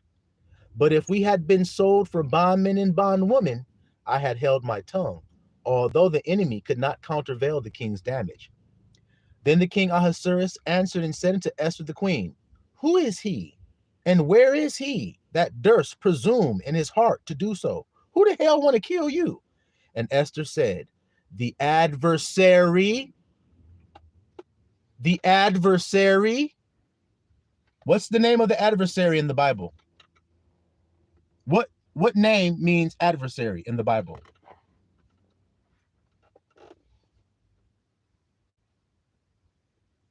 Brother Chris said, I always see Haman's jaw drop to the floor when the king telling him to bring them things to Mordecai. You know it. You know it. He was like, I thought I was going to be the man riding upon the horse and then arrayed in regalia and all. I thought that'd be me. I have to do it for him, the man that I hated. Oh, you know it. You know it, guys. Didn't it say Esau wept a bitter tears, but Abba didn't give him no repentance? He don't care about your bitter tears. Ain't that what it said? Yep. Yep. So that's right, Brother Chris. Satan. That's what the adversary means. So do you see it? And Esther said, the adversary and enemy is this wicked Haman. Then Haman was afraid before the king and the queen. Oh, shit. And the king, arising from the banquet of wine in his wrath, went into the palace garden, and Haman stood up to make requests for his life to Esther the queen, for he saw that there was evil determined against him by the king. Okay. Then the king returned out of the palace garden into the palace of the banquet of wine, and Haman was fallen upon the bed whereon Esther was. Then said the king, will he force the queen also before me in the house? as the word went out of the king's mouth, they covered Haman's face. He said, "You're going to try to lay with my woman in my own house now?" Because Haman was really begging on the bed. But, he said, "What, you going to try to lay with my woman right in front of me on my bed at my house? Get this nigga out of here." So they grabbed him. They covered his face. And Harbonah, one of the chamberlains, said before the king, watch this, "Behold also the gallows 50 cubits high, which Haman had made for Mordecai, who spoken good for the king, standeth in the house of Haman." Then the king said, "Hang him thereon." Just like Judas hanged himself, didn't he? Yeah. Haman hung. So they hanged Haman on the gallows that he had prepared for Mordecai. So Haman built his own damn structure or tool, whatever you want to call it. Haman built it, the thing that killed him. Do you see it? And the king's wrath was pacified. You see that then, little flockulators? Do you see that there? Esther chapter 8, verse 1. On that day did King Ahasuerus give the house of Haman, the Jews' enemy, unto Esther the queen. Y'all hear this? And Mordecai came before the king, for Esther had told what he was unto her. In other words, this is my uncle. And the king took off his ring, which he had taken from Haman, and gave it unto Mordecai. So, usurper. The story is never going to change, guys. A usurper. You see? And Esther set Mordecai over the house of Haman. So then, understand this, little flock. When the hour of temptation comes to test you, to see if you will stand in the truth, what was Mordecai standing in? The truth of who he was. And he was unwilling to come out of that, even at the threat of what? Death and destruction. He still stood firm and stood his ground. Do you see? So should we. You hear it? So shall we. You hear it there, little flockulators? Thank you, brother Alter. That's a good word for it. That's a good word. Okay. And then it goes on. And some more stuff happened. The Jews end up being able to protect themselves, and they did protect themselves. And this day is a festival known as Purim. Okay. Okay. So after the Jews avenged themselves, I'm just jumping ahead because we got a lot more scriptures to get into. Go down to verse 16. And the Jews had light and gladness and joy and honor. So because they humbled themselves with mourning and sackcloth, their mourning was turned into gladness. See? We're going to get into that more as we go through the scripture. So now we got another tidbit as to what Abba wants us to do when the destroyer comes. We read all of that to prove it, right? And the whole plan of the destroyer got foiled and got thwarted, and he got killed. You see? The destroyer destroyed his own damn self. Why? Because the people humbled themselves, sackcloth, ashes, wailing, mourning, see? Which literally means to humble yourself. You see it? Brother Chris says this story is everywhere in the Bible. The same thing happens over and over. Shadrach, Meshach, and Abednego is the same thing as well. See? It's over and over and over and over and over. Okay, little flockulators? Just like Brother Chris was telling us. Now watch this here. Okay? Let's see. Romans chapter 9. Romans chapter 9, verse 1. Brother Cut says the praisers were happy to slay. That's right. What does it say about the saints? Speaking about praising, it says the saints are traveling through mightily on the earth, and they're going about slaying with the sword in a two-edged sword in their hand, and the high praises of the Most High in their mouth. See? You see? All right. So Romans chapter 9, verse 1. I say the truth in Christ, I lie not. My conscience also bearing me witness in the Holy Ghost. Of what? That I have great heaviness and continual sorrow in my heart. Stop. I have great heaviness and continual sorrow in my heart. How how often is this sorrow? It's continual. Do you see it? That's right, Brother Chris. You see it? You see it's always there. So he's mourning. He's in a continual state of mourning. This is Paul here. Why is he in this continual state of mourning? I wish that myself were accursed from Christ for my brethren, my kinsmen according to the flesh, who are Israelites. You see that? To whom pertaineth the adoption, the glory, the covenants, the giving of the law, the service of God, and the promises, whose are the fathers, and of whom concerning the flesh Christ came, who is over all, God bless forever, amen. So he mourns over his people because his people are rebellious, stiff-necked, and don't listen, even though they were given everything by God. That's what he's saying. They were given everything, but yet they're still rebellious, and I have continual sorrow about that. They still won't submit themselves to the righteousness of God.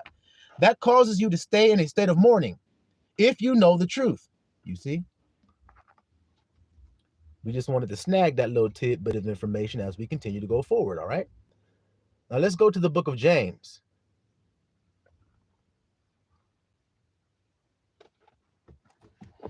Let's go to the book of James, chapter 4, verse 1. Now we got the tidbit of wisdom about the state of being that we should be in when the destroyer comes. And we also know when the destroyer is coming. When we sprout, that's when he comes. We're sprouting, so we know he's coming. So that means we should remain in what kind of state? A humble state, seeing yourself truly for who you truly are. As the Bible says, let no man think more of himself than he ought to. You see? Like David said, my sin is ever before me. The reality of what I've done is ever before me, so that keeps me humble. It has no choice but to humble you, man. You cannot pass judgment when you know the judgment you deserve. If I get caught, I'll die. And I'm going to sit up here and I've been given grace, but now I'm about to sit up here and say, well, that guy's been caught, so then he should die. Shit, stupid nigga shouldn't have got caught. What? Just because you were given grace? No, that ain't right. You see? So you're going to have a change because of this realization of your own sin, self-accountability, you see?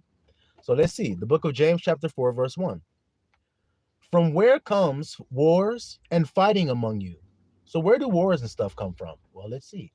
Come they not hence, even of your lusts that war in your members? You lust and have not. You kill and desire to have and cannot obtain. You fight in war, yet you have not, because you ask not. So let me see real quick, Brother James. You're saying here, wars and fighting come from lust that war in our members. Y'all hear that, little flockulators? So now let's just prove this. Let's just prove this real quick, little flockulators. Just a side note, but let's just see something real quick. Let's just see something real quick now. You guys ever heard of the opioid epidemic? We just need to confirm that you've all heard of it and know what it is. The opioid epidemic, the opioid crisis. You guys, you aware of that? You know what it is?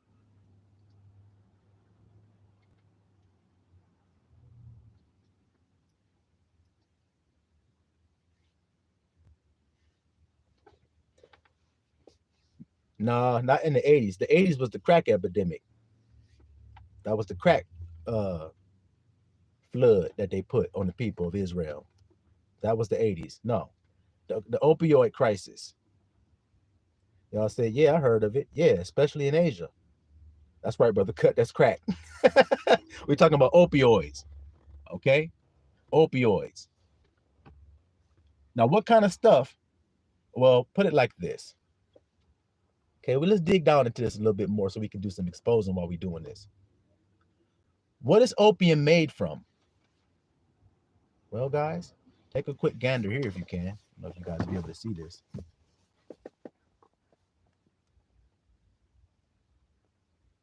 Can you guys, let me see. I don't know if y'all gonna be able to see. Hold on real quick, y'all. Let me get my stuff together.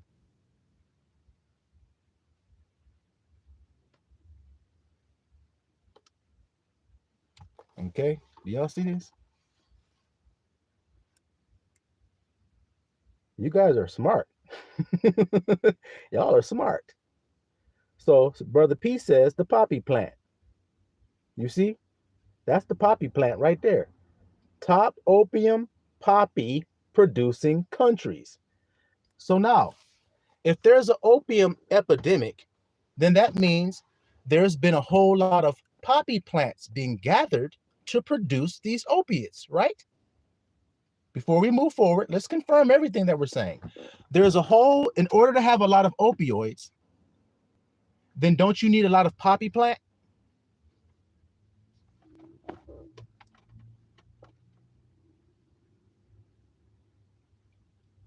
That's right, Brother Cut. We about to slice up and dice up. You already warming up on their ass. We about to slice them up and dice them up. That's right. Come on, guys. You already know where this is going with this shit. You already know where we're going with this shit. So now, wait a minute, guys. Wait a minute here. All right, let's keep on going with this because you guys are wise. Let's just read here on Wikipedia. Okay, this is what I'm reading right here for anybody that's curious and want to know. Okay, opioid epidemic in the United States. There is an ongoing epidemic, also known as the opioid crisis. So where is this opioid epidemic and crisis being going down at? It says in the United States. In the United States. Do that plant that we were just looking at, you guys said where it grows. Brother Cut said it grow like a motherfucker in Afghanistan. Brother P said Afghanistan and Southeast Asia are the greatest producers. That's interesting you say that, brother, because there's two specific places on the earth by two specific names that covers exactly what you're talking about there. So now, you said Southeast Asia and Afghanistan. Interesting. Interesting. Let's keep going. So now, does that plant grow in the United States? That's my question. Does that plant grow in the United States?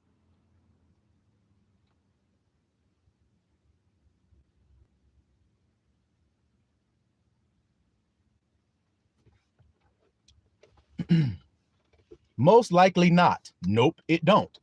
So now, if the people in the United States need to get some opioids, which we just read, they're getting a whole lot of that shit, so much so that they're having an epidemic of it.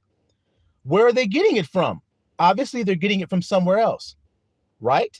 Okay, well, let's just do some more research because, like I said, you guys already warmed it up and everything, but let's keep going.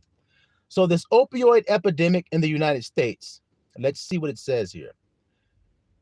It originated out of both the medical prescriptions and illegal sources. So now, what is an illegal drug that you can make with opium? Well, one of them would be heroin, right?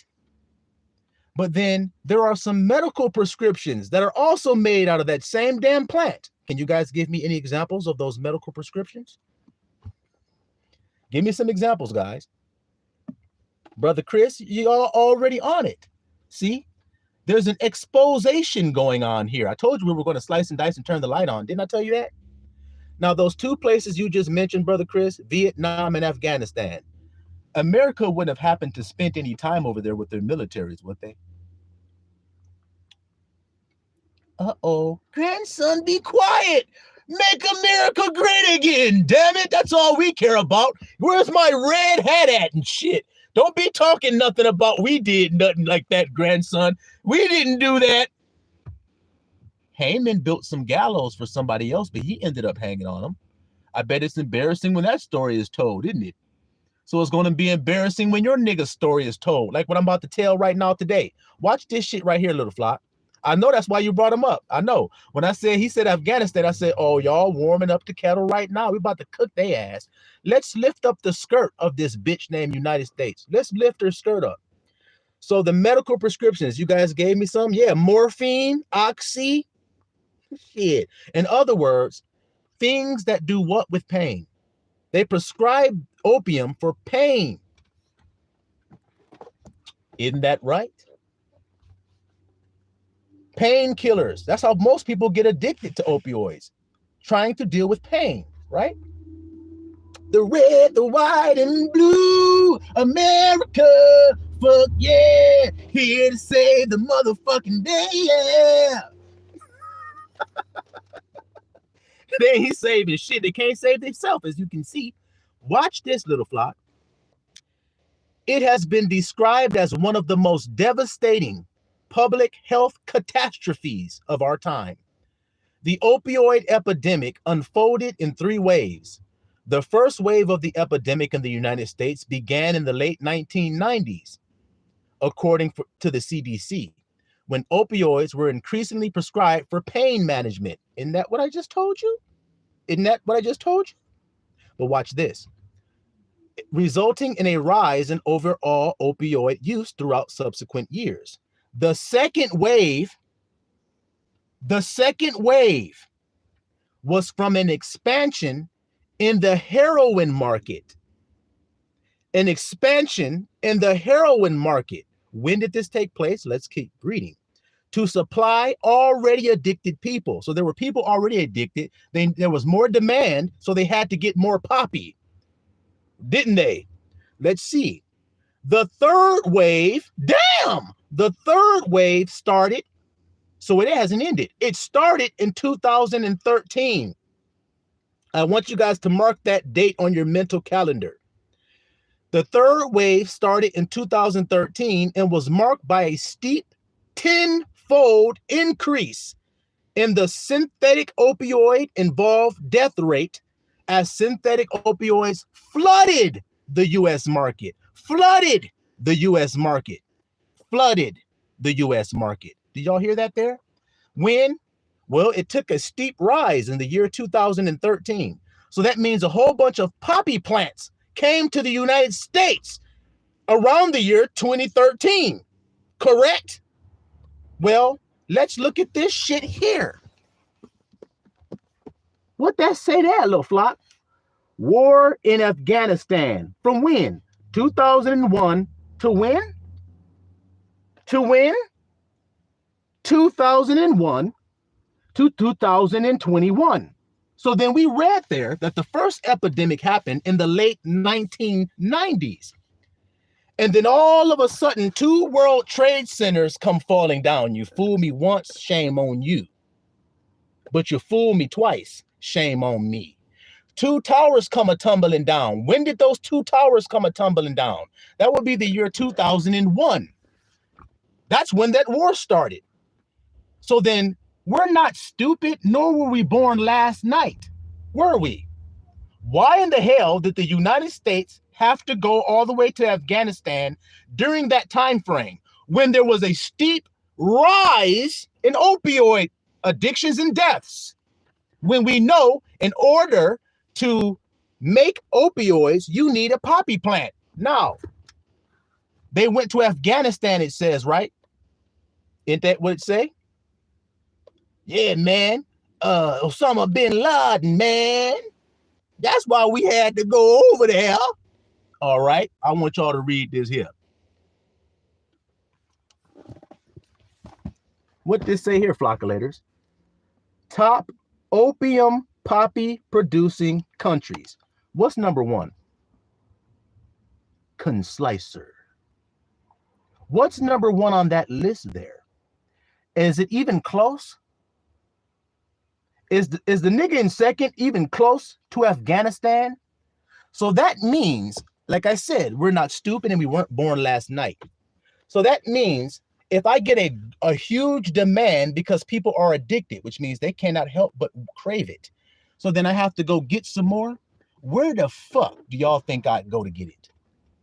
We're not stupid over here. Where would you go? I'm going to ask any of you right now, if you were looking at a map and you said, I need a whole hell of a lot of heroin, where are you going to go?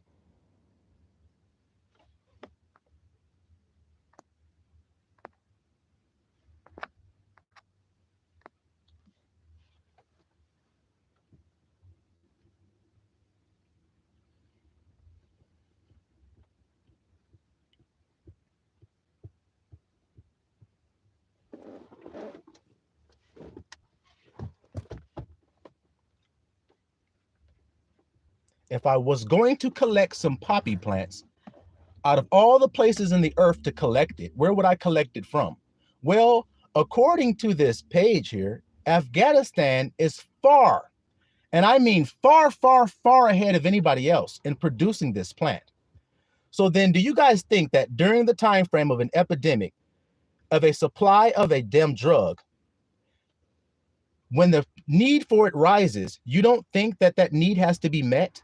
And the United States happens to go over to the place with their military, start a war during the years where there's a steep increase of flooding the market of heroin and opioids.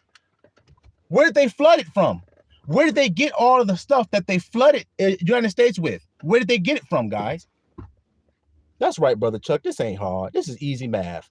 Where it's mostly produced at. For instance, I'll give you guys an example. If you loved pickles, right? I mean, you loved them. You were addicted to them and had to have them. And then you were sitting there thinking, damn, man, I really would like to have some more pickles. I mean, I only get 3 or 4 that grow over here and shit, and that shit is whack. I need to have more.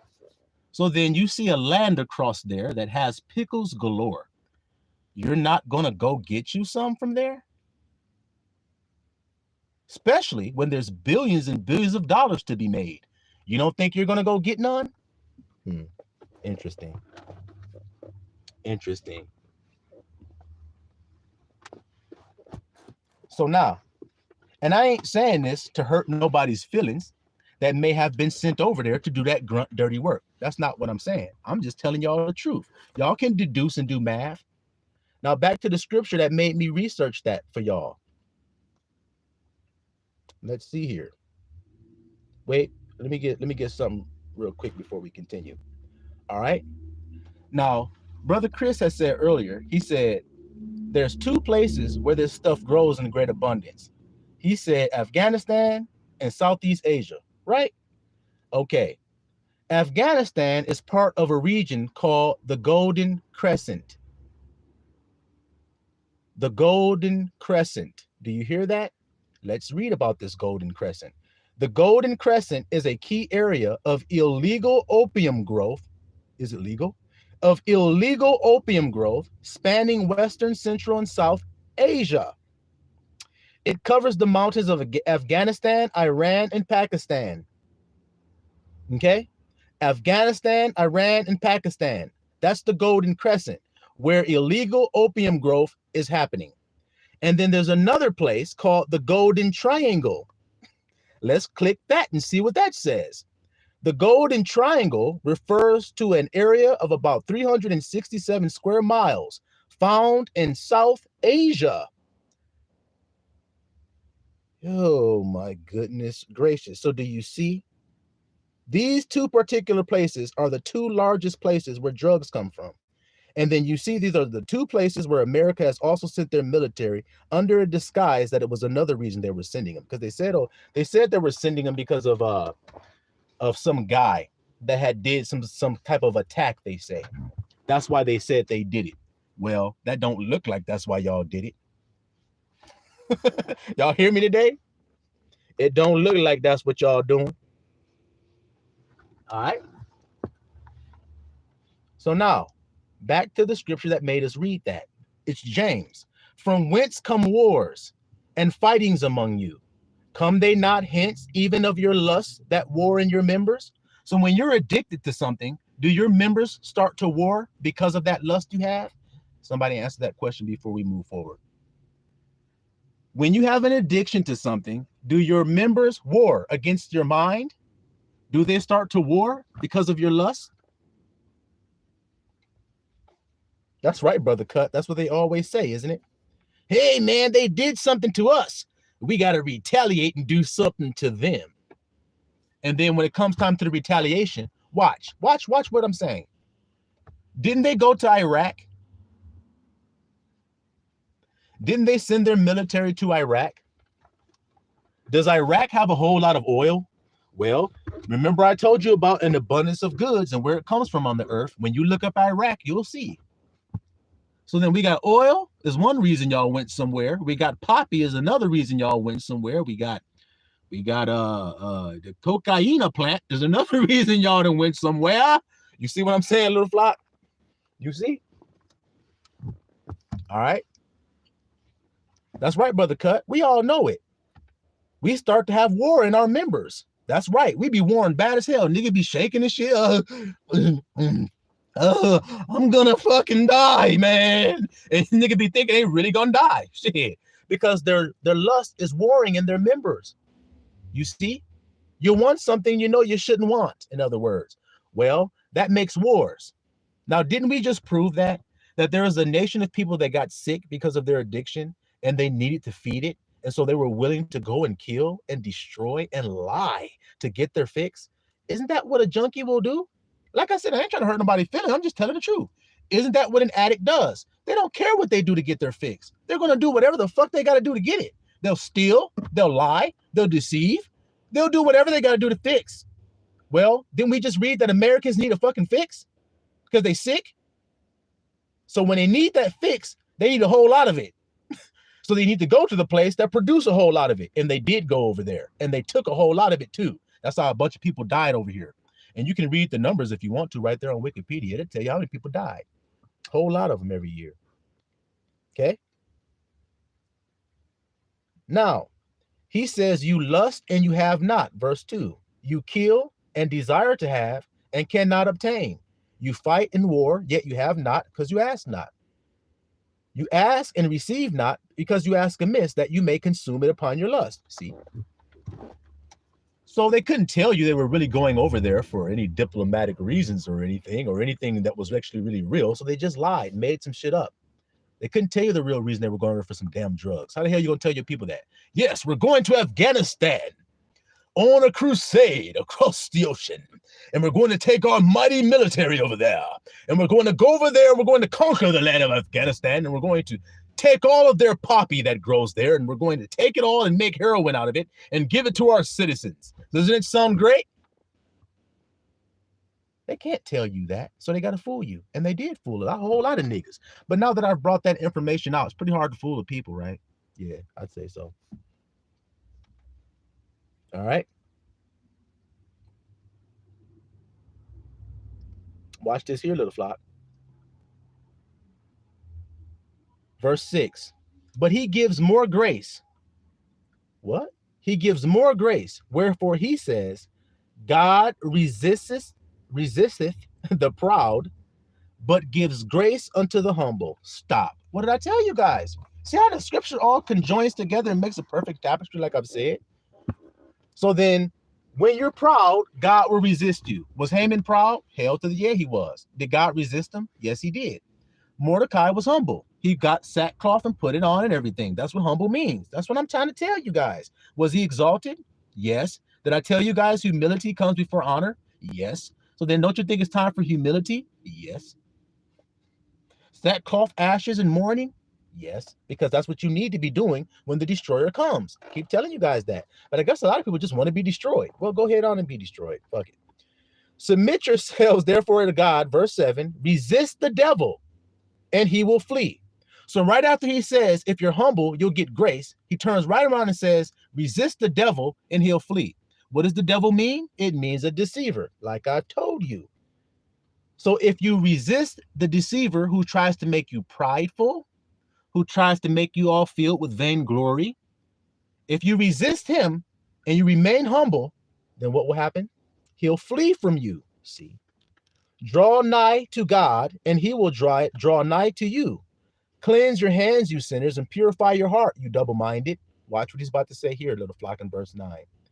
Be afflicted and mourn and weep. Let your laughter be turned to mourning and your joy to heaviness. Verse 10. What does it say in verse 10? First two words for anybody that may be following along.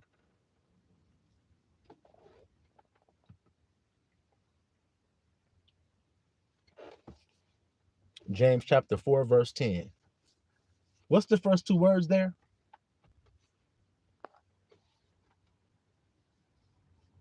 Brother Cut says, democracy and freedom sound better than lust and greed. You're right. It does sound better. And how do men judge? By how something sounds. So because it sounds better, they think it is better. Ain't that sad?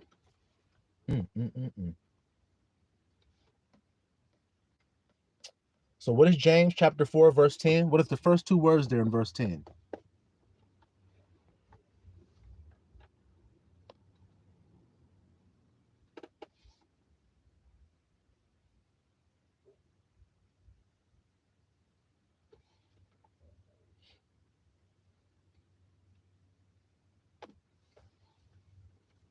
That's right, Brother Chris. So isn't that the same thing we've been talking about all day that Abba's telling you that will draw you close to him? Did it draw you close, Chris? Yes, it drew me close to God too when I humbled myself and sackcloth and ashes and weeping and wailing. See what I'm trying to say?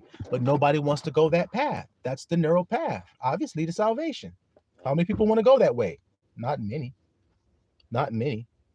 So watch what he says. He says, be afflicted and mourn and weep. Let your laughter be turned to mourning and your joy to heaviness. Humble yourselves in the sight of I am, and he shall lift you up.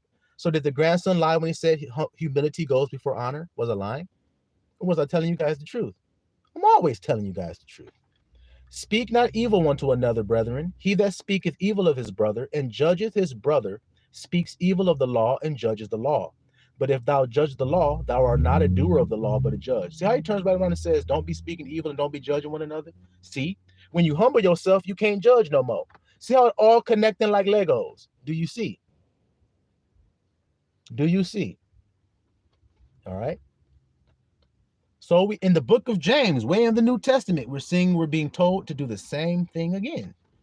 Humble yourselves with weeping, mourning, and afflicted. So do you see why Abba told me that word? Isn't it coming crystal clear why he's telling me that word right now? Yeah, because the destroyer's on the way. See? All right. So it says, your laughter shall be turned into mourning. You see? Your laughter shall be turned into mourning and your joy into gloom. All right. Let's go to Matthew chapter 5, verse 4.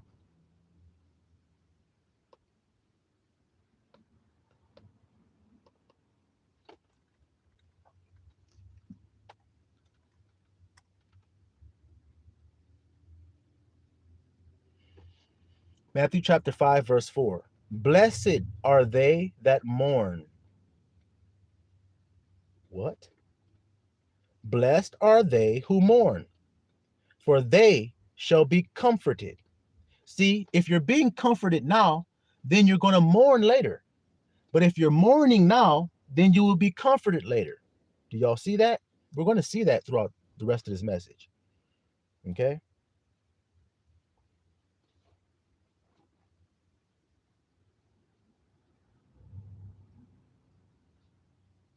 Okay? Blessed are they who mourn, for they shall be comforted. Y'all see that there, little flock?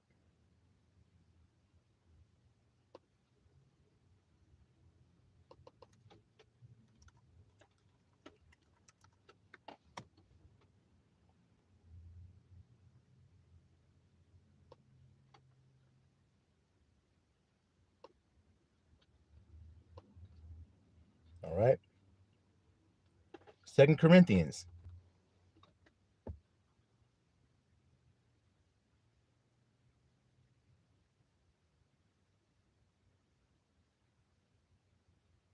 Second Corinthians chapter 7.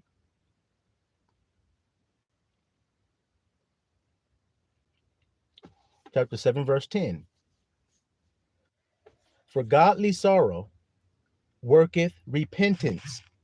So that crying, that breaking down, that being humble in sackcloth and wallowing in ashes and wailing, that state of being, that brings you to repentance, you see, to a turning of you. You are turned and changed when you come to the Father that way. You see, that's the only way you should come. All right. For godly sorrow worketh repentance to salvation. So when you repent, then you become saved. How? Through godly sorrow. Do you see why nobody wants to go through that? They don't want to go through the sorrow, but that's the way.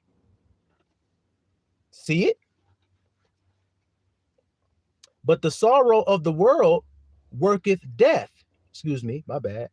For godly sorrow worketh repentance to salvation, not to be repented of. But the sorrow of the world worketh death. You hear that?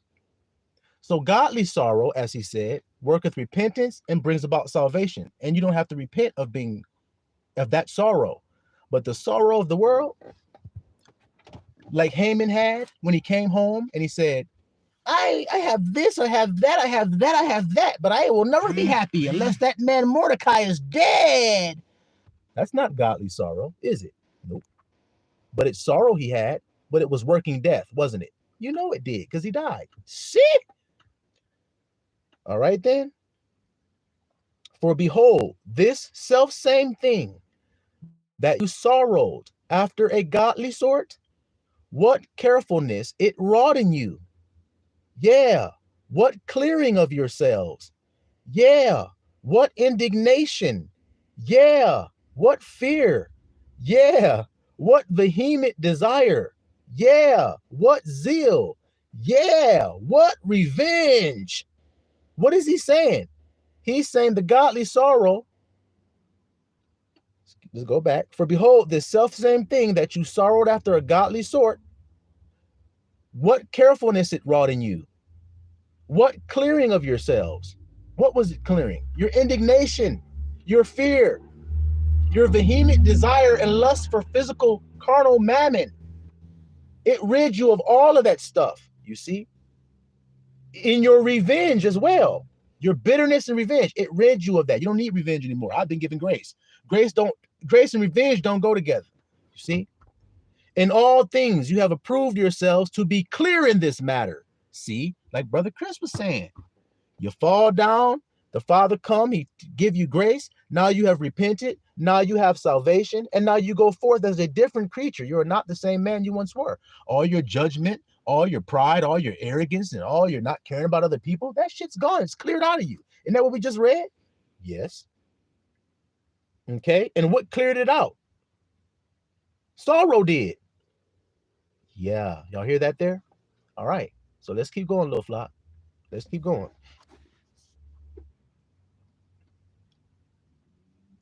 We're going to be doing some hopscotch, jumping around quite a bit, little flockulators. So y'all bear with me. It's quite a bit that we got to read a little bit, but it is what it is.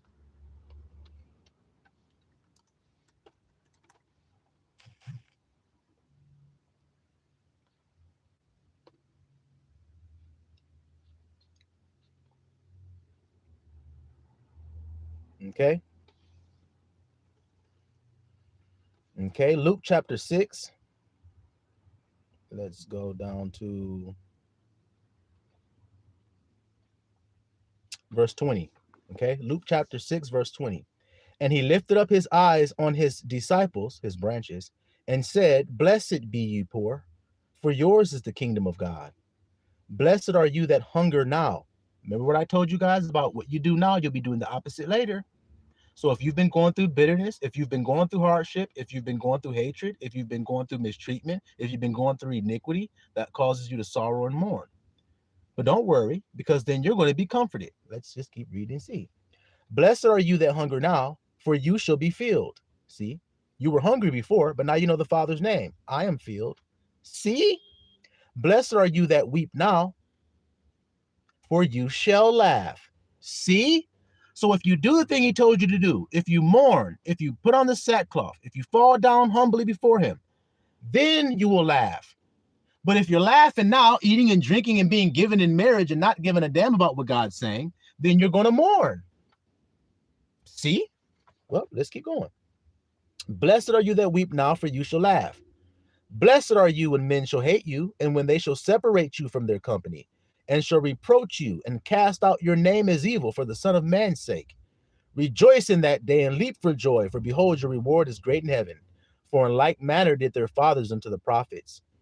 But woe unto you that are rich. I told you, whatever you are now, you won't be in the end. But whatever you are, but if you don't have it now, then you'll have it in the end. Y'all follow what I'm saying? But woe unto you that are rich, for you have received your consolation, console, your comfort. Woe unto you that are rich, because you have your comfort. Your comfort is your riches. Woe unto you, destruction. See, the destroyer is coming for you. Let's see. Woe unto you that are full, for you shall hunger. See? Woe unto you that laugh now, exclamation point. For you shall mourn and weep. What did I tell you? So if you mourn and weep now, then you'll laugh. How many people want to mourn and weep? They don't want to do that shit. They just want to laugh all day and be happy. Laughter is folly and vanity and no profit in it. Let's just keep reading. You see if I'm just making up something. Okay? So do y'all see that? Do you see how this is going so far in this message? Isn't it crystal clear what Abba's saying to us that we need to be doing right now? And what the benefits of doing it are? All right, well, let's continue. Let's just keep going. Well, we were talking about the rich, right? He said, woe unto you. Let's just go back to the book of James real quick, and let's get a precept on that. The book of James, chapter 5, verse 1. Go to now, you rich men, weep and howl for your miseries that shall come upon you. What? Go to now, you rich men, weep and howl for your miseries that shall come upon you. Your riches are corrupted, and your garments are moth-eaten. Your gold and silver is cankered, and the rust of them shall be a witness against you, and shall eat your flesh as it were fire. You have heaped treasure together for the last days. Behold, the hire of the laborers who have reaped down your fields, which is of you kept back by fraud, crieth, and the cries of them which have reaped are entered into the ears of I am of armies. You have lived in pleasure on the earth, and have been wanton. See? You have nourished your hearts as in a day of slaughter. You have condemned and killed the just, and he doth not resist you. Be patient, therefore, brothers. See? So while these guys are living it up, thinking they're living all good, while they're killing and doing all type of wickedness, you just be patient unto the coming of the Lord. Behold, the husbandman waiteth for the precious fruit of the earth. Come on, guys. What did I tell you? The fresh shoots, which is the precious fruit of the earth. He's waiting for it to sprout, isn't he? That's what I'm telling you about. That's the time we're in right now because we're sprouting. You see it? Which is why the destroyer is coming. Which is why I'm telling you all to put your sackcloth on and wallow around in some ashes and cry and wail for what you've done wrong. See it? And then he will show you his love. He will show you his grace. That's the only way you will get it. So he says, and he have long patience for it until he receive the early and latter rain. The early and latter rain makes the fruit sprout. See? But be ye also patient. Establish your hearts, for the coming of I am draweth nigh. You see? All right. Verse 11. Oh, well, let's keep going. Let's just keep reading. Grudge not once again one against another, brethren, lest you be condemned. Behold, the judge standeth before the door. Take my brethren, the prophets who have spoken in the name of I am, for an example of suffering, affliction, and of patience. See, it's about suffering. Behold, we count them happy which endure. You have heard of the patience of Job, and have seen the end of I am. That I am is very pitiful and of tender mercy. See, you've seen it. So since you've seen that he's pitiful and tender mercy, what kind of man should you be? Hard ass, arrogant ass, judgmental ass prick? See? Not hard to understand. You're only those things because you're not humble, because you're prideful. That's what makes you judgmental. See? Okay, so he says, the Lord is pitiful and of tender mercy. See? Okay. And then it goes on and on. But let's keep this ball rolling. All right, little flop?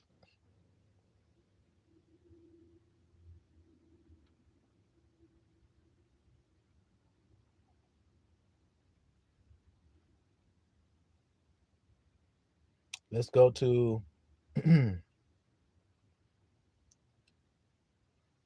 let's go to Ezekiel chapter 7.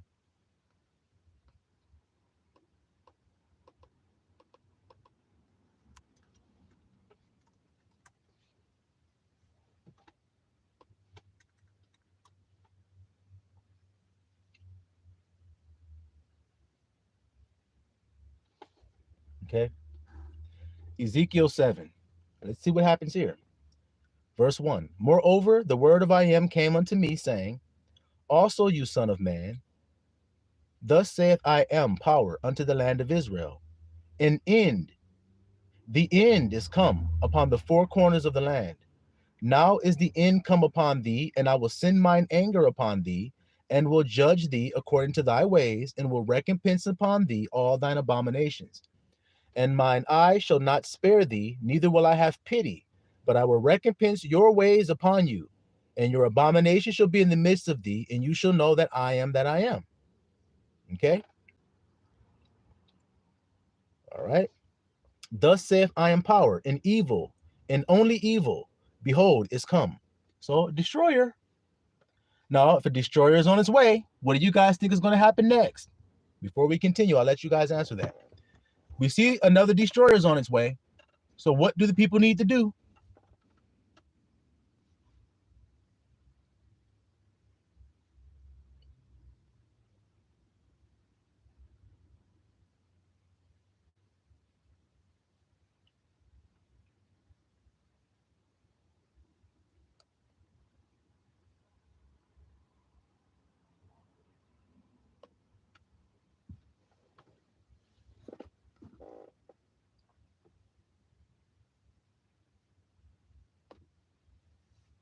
What's up, Angel? I didn't know you was up in here. Yeah, I saw that too.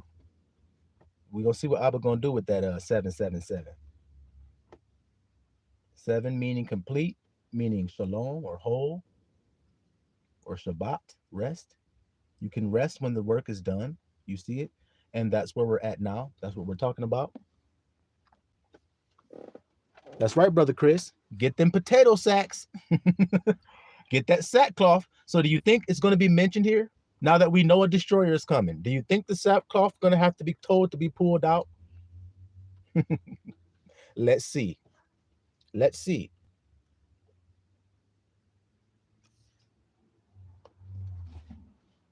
All right. So Abba says there's some evil, and only evil is coming. So we know that means destroyer is on his way, right? All right, let's see where we want to go. Okay.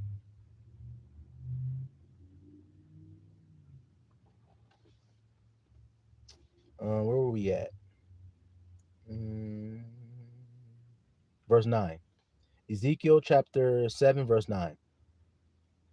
And mine eye shall not spare, neither will I have pity. Okay. Verse 10. Behold the day, behold, it is come. The morning is gone forth. The rod has blossomed.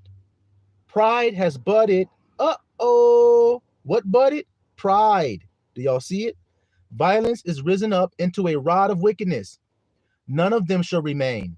None of their multitude, nor any of theirs. Neither shall there be any wailing for them. The time is come, the day draweth near. Let not the buyer rejoice, nor the seller mourn, for wrath is upon all the multitude. Y'all see that there? Okay.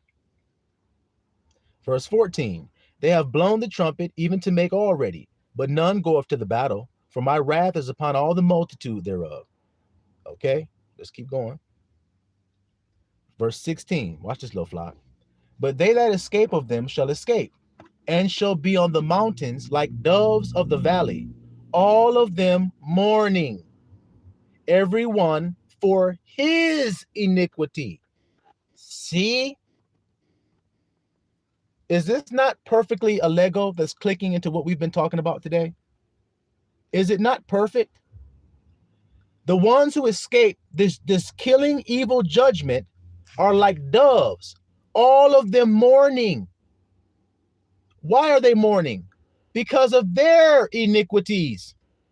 Isn't that what me and Chris were talking about ourselves? We were mourning like doves over our own iniquities. And so that's why we escaped his judgment and have been given grace.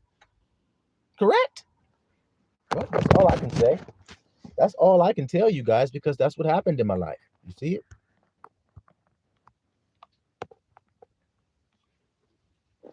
All right. So let's continue.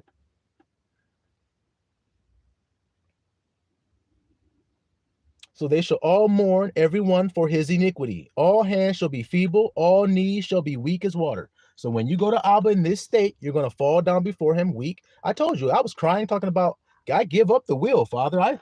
You take the will. I don't want to do this anymore. I destroy it when I do it. I want you to do it so that it won't be destroyed. That's somebody who's weak and feeble. You see what I'm trying to say, okay? And they shall gird themselves with sackcloth. What did the brother say? Get them potato sacks. See, I'm not lying.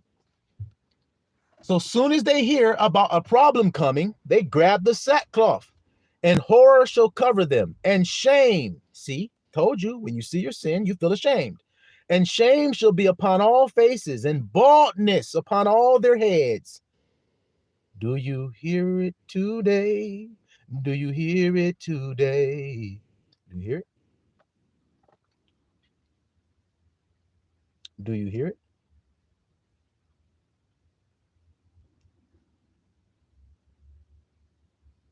Do you hear it? Okay, then. So destruction comes, and then what comes? Sackcloth, mourning. In other words, humility does. You see?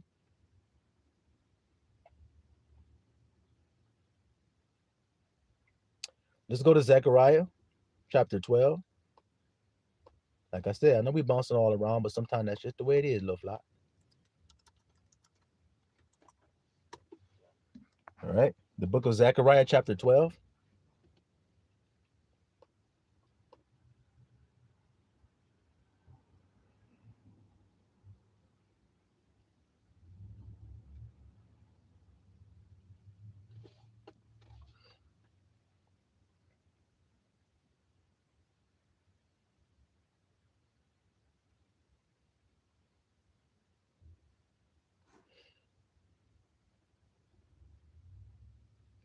All right. Chapter 12. Let's see what I was doing here.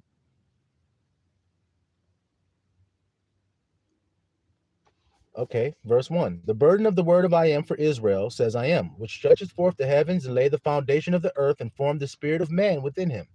Behold, I will make Jerusalem a cup of trembling unto all the people round about, when they shall be in the siege, both against Judah and against Jerusalem. So here we go again, guys. Here we go again. Kandake Ko in the building. Hey, hey to you. So here we go again. Some more destruction is coming again, right? Let's just keep on going and see. Let's go down to verse 10. Well, let's go to verse 9. And it shall come to pass in that day that I will seek to destroy all the nations that come against Jerusalem. And I will pour upon the house of David and upon the inhabitants of Jerusalem the spirit of grace and of supplications, and they shall look upon me, whom they have pierced, and they shall mourn for him, as one mourneth for his only son, and shall be in bitterness for him, as one that is in bitterness for his firstborn. Guys, what did I tell you guys in my video the other day about my own firstborn? What did I tell you guys? You guys know what I said. So then is it a lie? No, it's not. You see what I'm saying to you? That's the worst kind of bitterness that is. You see? So you shall mourn, as we've been reading all day here today. In that day shall there be a great mourning in Jerusalem. A great mourning, you see, in Jerusalem. And the mourning of Hadad-Draman in the valley of Megiddon. And the land shall mourn. Mourn. You see that? Who? Every family apart. The family of the house of David apart, their wives apart. The family of Nathan apart, their wives apart. That means everybody's going to go through this by themselves in a secret place alone. See? But they will all go through it. So there's mourning again when destruction comes. Mourning, sadness, sackcloth, ashes, wailing. You see? So you flockulators, I'll ask any of you, through this last couple years of life, has it been a burden? Has it been burdensome? Has it been sorrow in it? Sadness, grief? Has it been any of that in these last recent years of your life?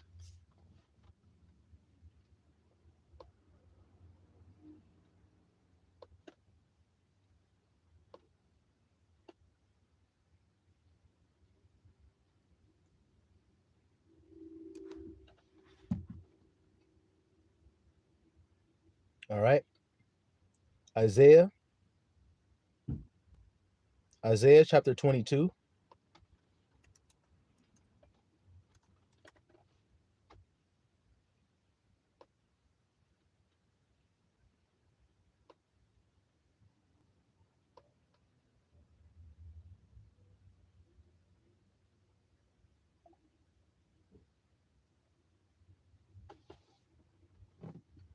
Okay.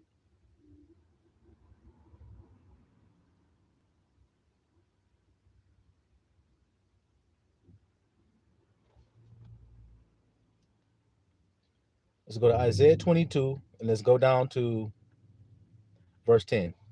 And you have numbered the houses of Jerusalem, and the houses have you broken down to fortify the wall.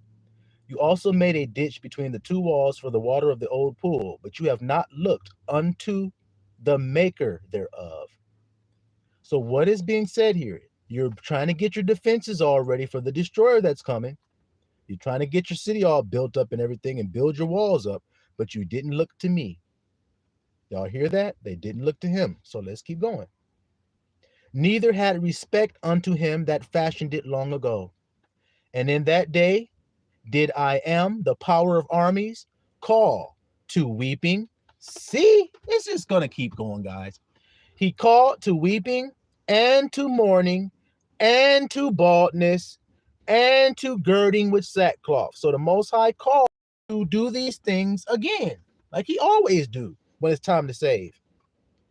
And behold, so he called you to the weeping, the mourning, and baldness and girding and everything, right? But what did he see when he called? Well, what did he say in the days of Noah would be going on? Before I tell you what he saw, what did he say would be going on during the time of Noah?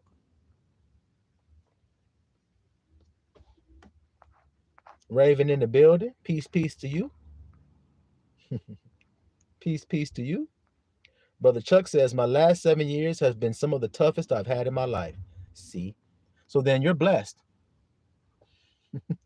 Because me too, brother. Me too. The last 7 years have been the toughest 7 years of my life, man. Full of sorrow, full of betrayal, full of deception, full of lies, full of backstabbing, full of iniquity, full of being hungry, being thirsty, all kinds of things, man. Being homeless,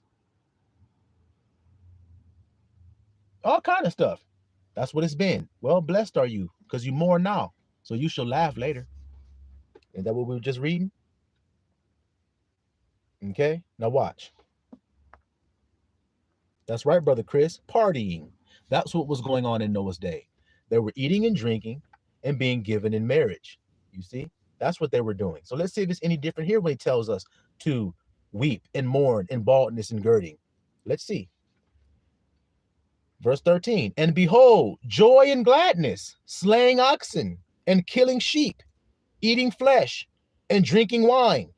Let us eat and drink, for tomorrow we shall die. Do you hear it? So they're doing anything different than Noah's day? No. People don't never listen to this. Humble down. I'm trying to shine more. You're telling me to humble down? Fuck that. I'm shining on these niggas. Fuck that humble bullshit. You don't know how to shine. All you know is temporary shine. That ain't shining. What about an eternal glory? That's really shining. You see? But they don't want to go through what it takes to have eternal glory. Abba called them to what to do. But you see what they were doing. So let's see what happens. And it was revealed in mine ears by I am of armies. Surely this iniquity shall not be purged from you till you die, says I am, the power of armies. See, your pride causes you to work iniquity, and it won't be purged from you until your ass die. That's what he said. Thus saith I am, the power of armies. Go, get thee unto this treasurer, even unto Shebna, which is over the house, and say, why hast thou here? And whom hast thou here? And that thou hast hewed thee out a sepulchre here. And he that heweth him out a sepulchre on high, and that graveth a habitation for himself in a rock. Okay, let's go ahead and see, jump ahead real quick.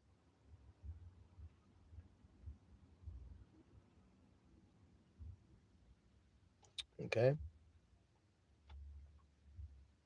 let's jump ahead.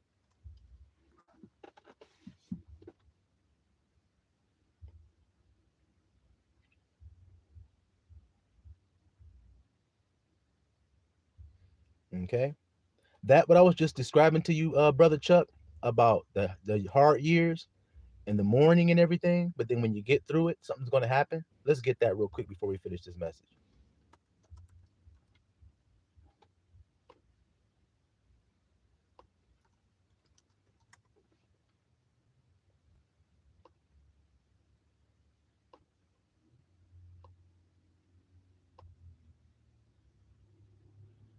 All right, let's get that before we finish this message.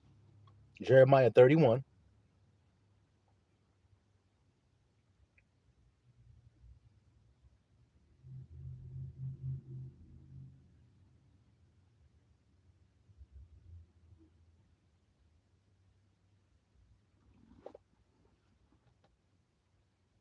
Let's see where I want to start.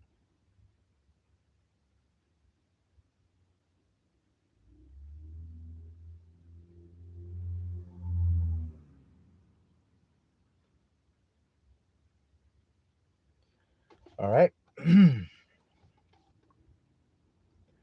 Verse 10. Hear the word of I am, O you nations, and declare it in the isles afar off, and say, He that scattereth Israel will gather him and keep him, as a shepherd does his flock.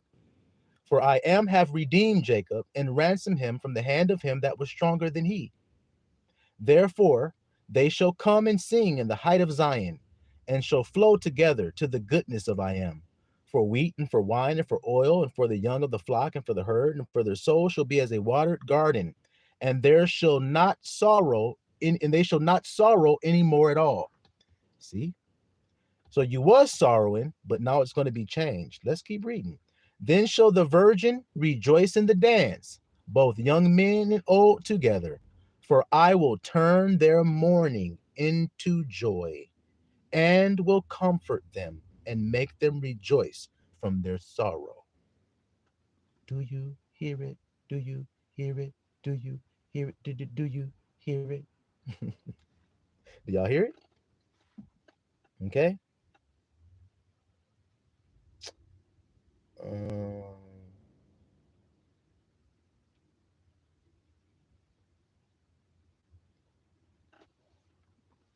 mm, Go to verse 9. Let's go back up to verse 9 real quick. They shall come with weeping, and with supplications will I lead them. Do y'all hear that? They will come with weeping. So they're going to come with weeping, but then I was going to turn that weeping into joy. And with supplications will I lead them. I will cause them to walk by the rivers of waters in a straight way, wherein they shall not stumble. For I am a father to Israel, and Ephraim is my firstborn. Do y'all hear that right there, little flock? I told y'all the mystery of the grandson. Is Ephraim a son of Jacob?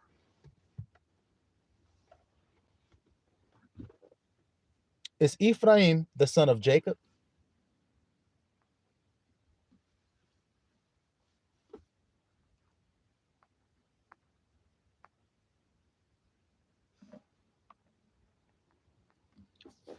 Sister Raven said, Yep, the last few years, man, they've been hard. See? So y'all are all bear witness to this truth, that y'all are aware of how it's been for us. But don't worry, because our mourning will be turned into joy. See? We cry now, we laugh later. They laugh now, they cry later. See? All right, brother Cut. You see that there? So Jacob, or excuse me, Ephraim is what to Jacob? What is Ephraim to Jacob?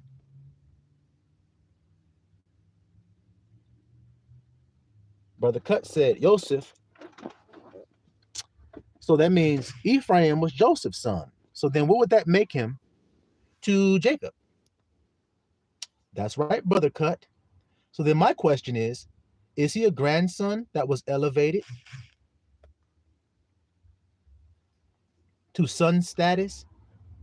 Now he's actually a bearer of one of the tribes of Israel, even though he's a grandson. Isn't that true? Now, didn't he have to put his hands on two grandsons' heads? And then he switched his hands around, and Joseph tried to switch it, but he said, No, I know what I'm doing.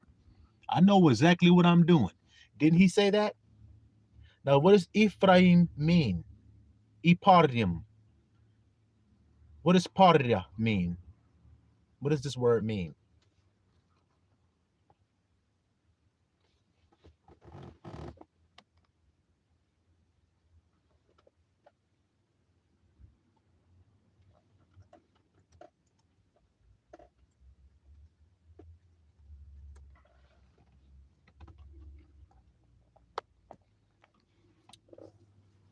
What Ephraim mean, brother Cut?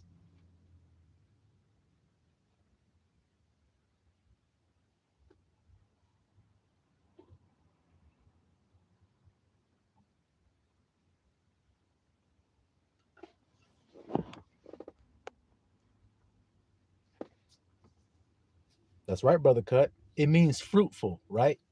Let's go to the book of Genesis, chapter 49. Genesis chapter 49, verse 22.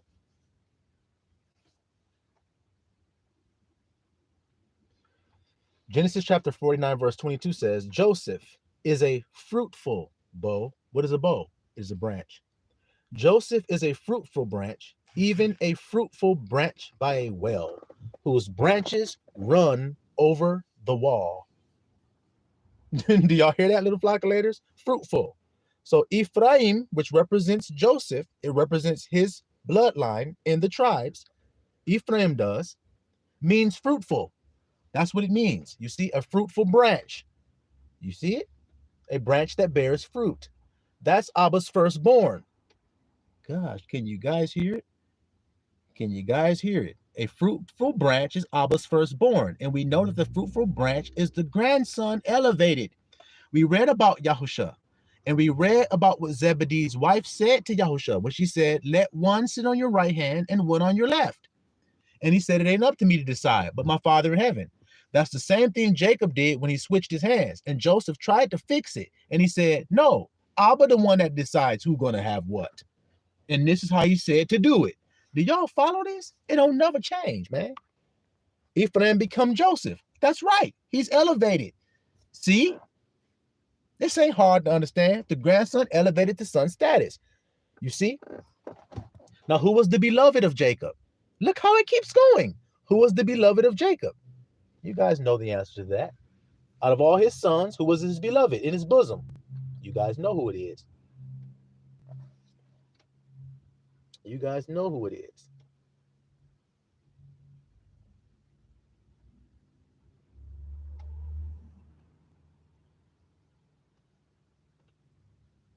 Okay. Now let's go to the book of Ecclesiastes real quick.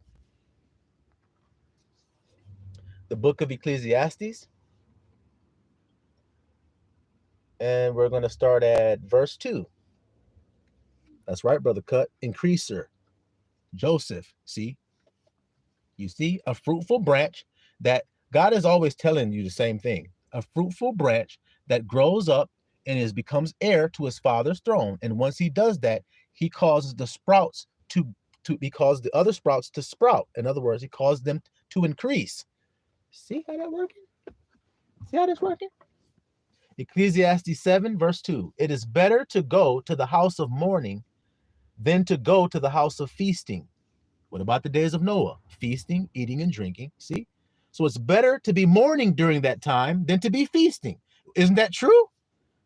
So when the day of Abba comes, is it better for you to be partying and feasting or mourning? What would you guys say would be the better thing to be doing?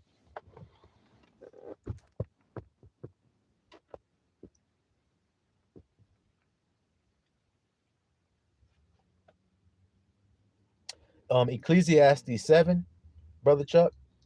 Ecclesiastes 7, I'm in verse 2. That's right, Brother P. This ain't even hard math because we've been discovering through all we've been talking about in this 2.5 hours, all the examples of God doing it. I mean, it's never ending. Destruction is coming. So I'll ask you, when destruction comes to your life, what only thing can you do other than to humble yourself, to submit yourself, to fall down in sackcloth and ashes, which means to have a state of humility when you deal with your brothers and with the Father. You're in a humble state of being now, seeing yourself truly for what you are, which is wicked and wretched. Why do you guys act like you're not? When an apostle of God named Paul said, I am wretched. What a wretched man I am.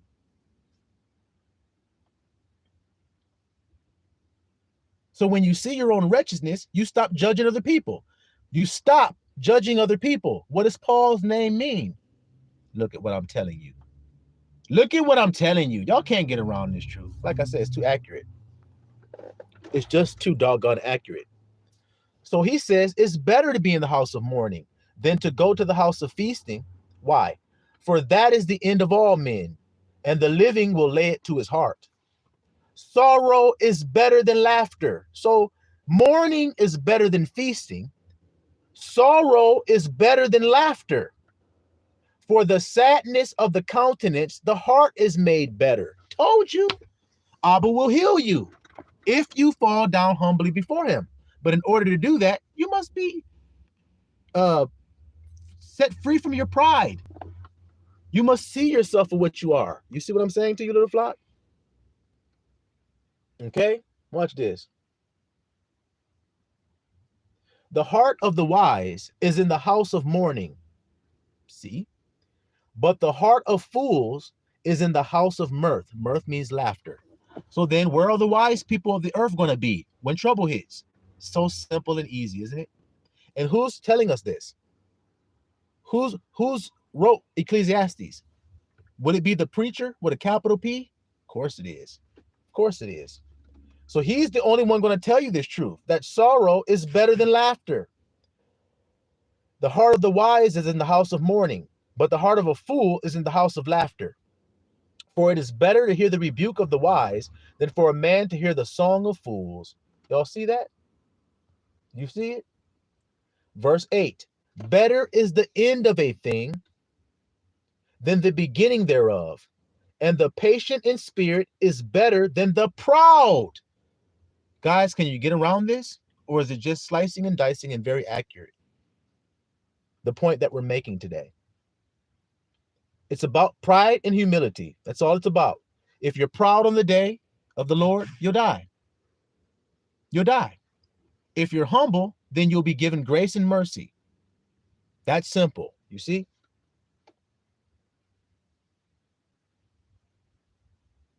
All right.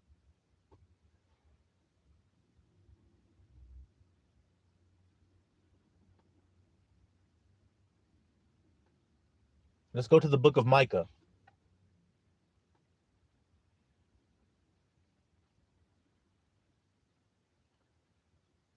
Let's go to the book of Micah, little flock. And then we'll go to Psalms and then we'll be done. Okay?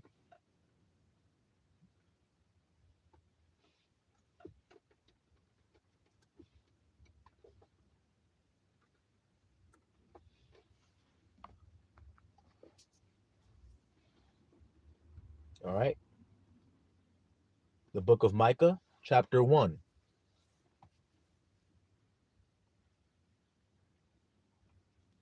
Start at verse 1. The word of I am that came to Micah, the Moreshite, in the days of Jotham, Ahaz, Hezekiah, kings of Judah, which he saw concerning Samaria and Jerusalem. So Micah got some words from the Most High concerning Samaria. Samaria is the northern kingdom of Israel, or Ephraim, see? And Jerusalem, which is the southern kingdom of Israel, and Judah. You see that there? Hear all you people, hearken, O earth, and all that dwell therein. All that therein is, excuse me. So now, the hour of temptation to try all those who dwell upon the earth. Is it the same thing? Let's keep going and see. Hear all you people, hearken, O earth, and all that dwell therein is. And let the Lord God be witness against you. I am from his holy temple. You see that? For behold, I am cometh forth out of his place, and he will come down and tread upon the high places of the earth, and the mountains shall be molten under him, and the valleys shall be cleft as wax before the fire, and as the waters that are poured down a steep place. For the transgression of Jacob is all this, and for the sins of the house of Israel.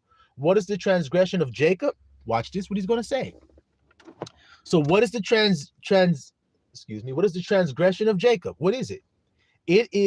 Is it not Samaria? Huh? What's the transgression of Jacob? Is it not Samaria? We're going to break it down.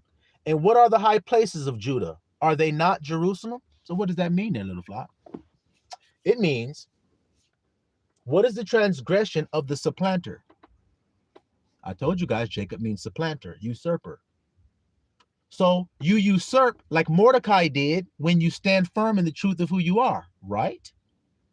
So then what is the transgression? Is it not Samaria? What does Samaria mean? Samaria means to watch or to guard. So you didn't watch and guard your heart. That's your transgression. See how I was speaking? Let's continue. He says, and what are the high places of Judah? What are the high places of praising I am. High places means high thoughts, high elevated thoughts, and high elevated feelings. So now what did he say? Remember the southern kingdom, your heart. What does he say? He says, what are the high places of Judah? Are they not Jerusalem? So what does that mean? Are they not the city of peace? So are you in a city of peace if you panic? No, that's your sin. Are you in a city of peace if you get frantic and get scared? No. So that's your sin. Do y'all hear it today? And you cannot supplant if you don't watch your heart. That's what that verse is actually saying to us. Y'all hear that? All right. Now let's see what he says here. So it looks like there's some transgression being said is happening there, and some destruction is going to occur. So there comes the destroyer again. So if we see the destroyer come, what else are we going to see? Then potato sacks, right? Well, let's see. Therefore, I will make Samaria as a heap of the field, and as plantings of a vineyard, and I will pour down the stones thereof into the valley, and I will discover the foundations thereof.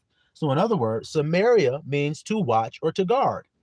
When you guard, you have a tower that you go up in and you look out of it, a post or a fort. You see, a tower built there, a high tower. You see, he says, I'm going to break it all the way down. You see it? And I will discover the foundations thereof, what it's really built, who you are, and are you really built on a solid foundation? Because Yahusha said, if you built it upon a solid foundation, it won't fall when the storm comes. But if you built it upon sand, it will surely fall when the storm comes. So I'm going to test to see. You see it? Now let's see. So he said they're going to be torn down, beat up, burnt up, and everything. Verse 8. Therefore I will wail. Look at Micah. Therefore means this is why. So when your people about to be destroyed, this is why I will wail and I will howl. I will go stripped and naked. I will make a wailing like the dragons and mourning as the owls. Mourning, wailing, howling. Guys, anything else y'all need to know? Is it anything else you need to know? Why he doing that? For her wound is incurable, for it is come unto Judah. He is come unto the gate of my people, even to Jerusalem. You see that there, little flock. And we're going to go ahead on and end it there, little flock. I ain't got much battery power left. We about to go on and get out of here anyway, little flock. Laters. Y'all see that? Brother Chris says, are you built on I am or I do? Because I do will indeed be brought down. That's right. I'm trying to. He going to be brought down too. I like to be. He going to be tore down too. I wish I was. That nigga go get foot swept and broke down too. Y'all hear what I'm saying to you today? So we did all that reading and jumped all through the Bible like that so that I told you guys, by the end of this message, there would be nobody who could deny that what I've said was true. That during the time on the earth and the hour of temptation, being quiet, sitting in your place, quietly, safe, protected, Jerusalem, which means a state of being of peace, see, and Samaria, which means being watchful and guard your heart. Because what does the Bible tell us? Watch your heart, therefore. Keep watch over it. See? So grandson ain't playing. So beware of this hour of temptation that's to come and be prepared for it, because now you know how to be prepared. Prideful people can't do this preparation, and they won't. They will look to something else to save them, and we already know it because the Bible said so. How long is this mourning season going to last for us? No psalm snap. Oh, that's right.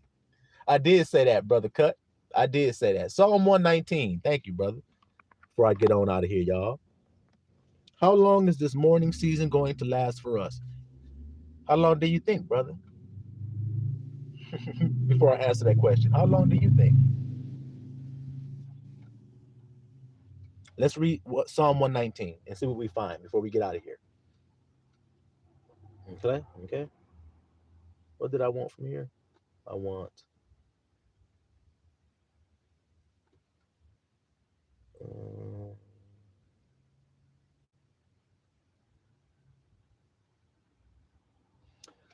okay. Verse 67. Psalm 119, verse 67. Hopefully not much longer. Okay. Okay. I know what you mean, bro. I know what you mean. But it's not much longer. It's indeed not much longer. I can't tell you the day or the hour. You see that? But I can tell you the time, and that's what I'm telling you. We're in that time. So rejoice, bro. Time coming to a what do you say? I will cut the time short for our sakes, for the elect's sake. You see? We almost skipped the cookies. Man, y'all right. Y'all almost did. Psalm 119, verse 67. Before I was afflicted, I went astray. But now have I kept thy word. Stop. So before the affliction, the suffering, the mourning, and everything, I went astray. Do you see it? But now, what do you say? I have kept thy word. You see that today, little flockulators? Verse 71. It is good for me. It is good for me that I have been afflicted, that I might learn thy statutes. You see that? That I may learn thy statutes. So I was afflicted so that I may learn your ways. Isn't that the truth? Isn't that the truth? All right, like I said, y'all, my phone about to die. So y'all get the point of why I had to go there and read that. Affliction is a necessary ingredient to your salvation. It's what will bring you, as he said, it will bring you to keeping his precepts with your whole heart. It will keep his statutes. It will bring you to not going astray anymore. You see it? Being afflicted and being in this sorrowful, mournful state for what's going on the earth. You see it? You can't help it. You see it? Brother Vaughn in the building. We about to get out of here, though, Brother Vaughn. My phone about to die. So I'm going to go ahead and get out of here, little flockulators. But Brother P says, how, though, can we both at the same time be in Jerusalem in peace and be weeping and wailing? I can't be at peace when I'm weeping and wailing, can I? Of course you can. What was Yahushua doing on the cross? You see? That's when he was perfect. Is at that moment when he went through that great suffering, that cup he had to drink. He was at peace. He didn't open his mouth or nothing.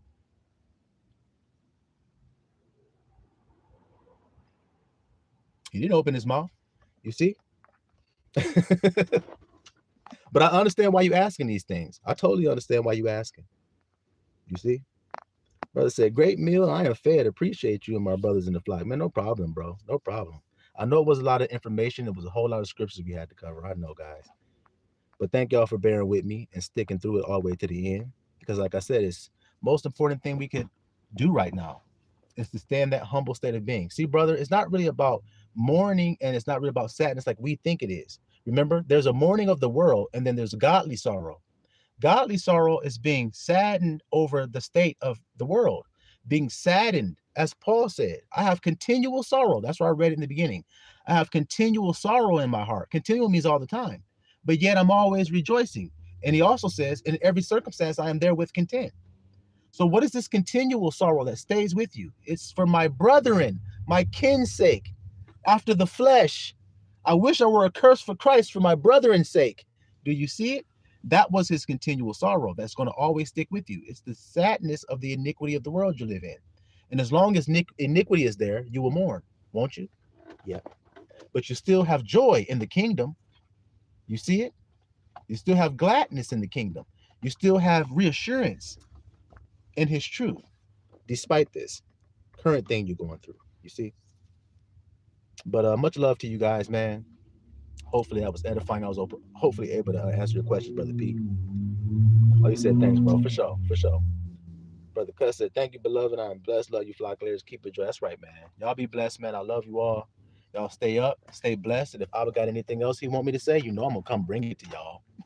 I ain't going to keep no secrets. I'm going to come bring it to y'all so y'all can be edified and learn from it too, little flock. So y'all be blessed today. Silawam Israel.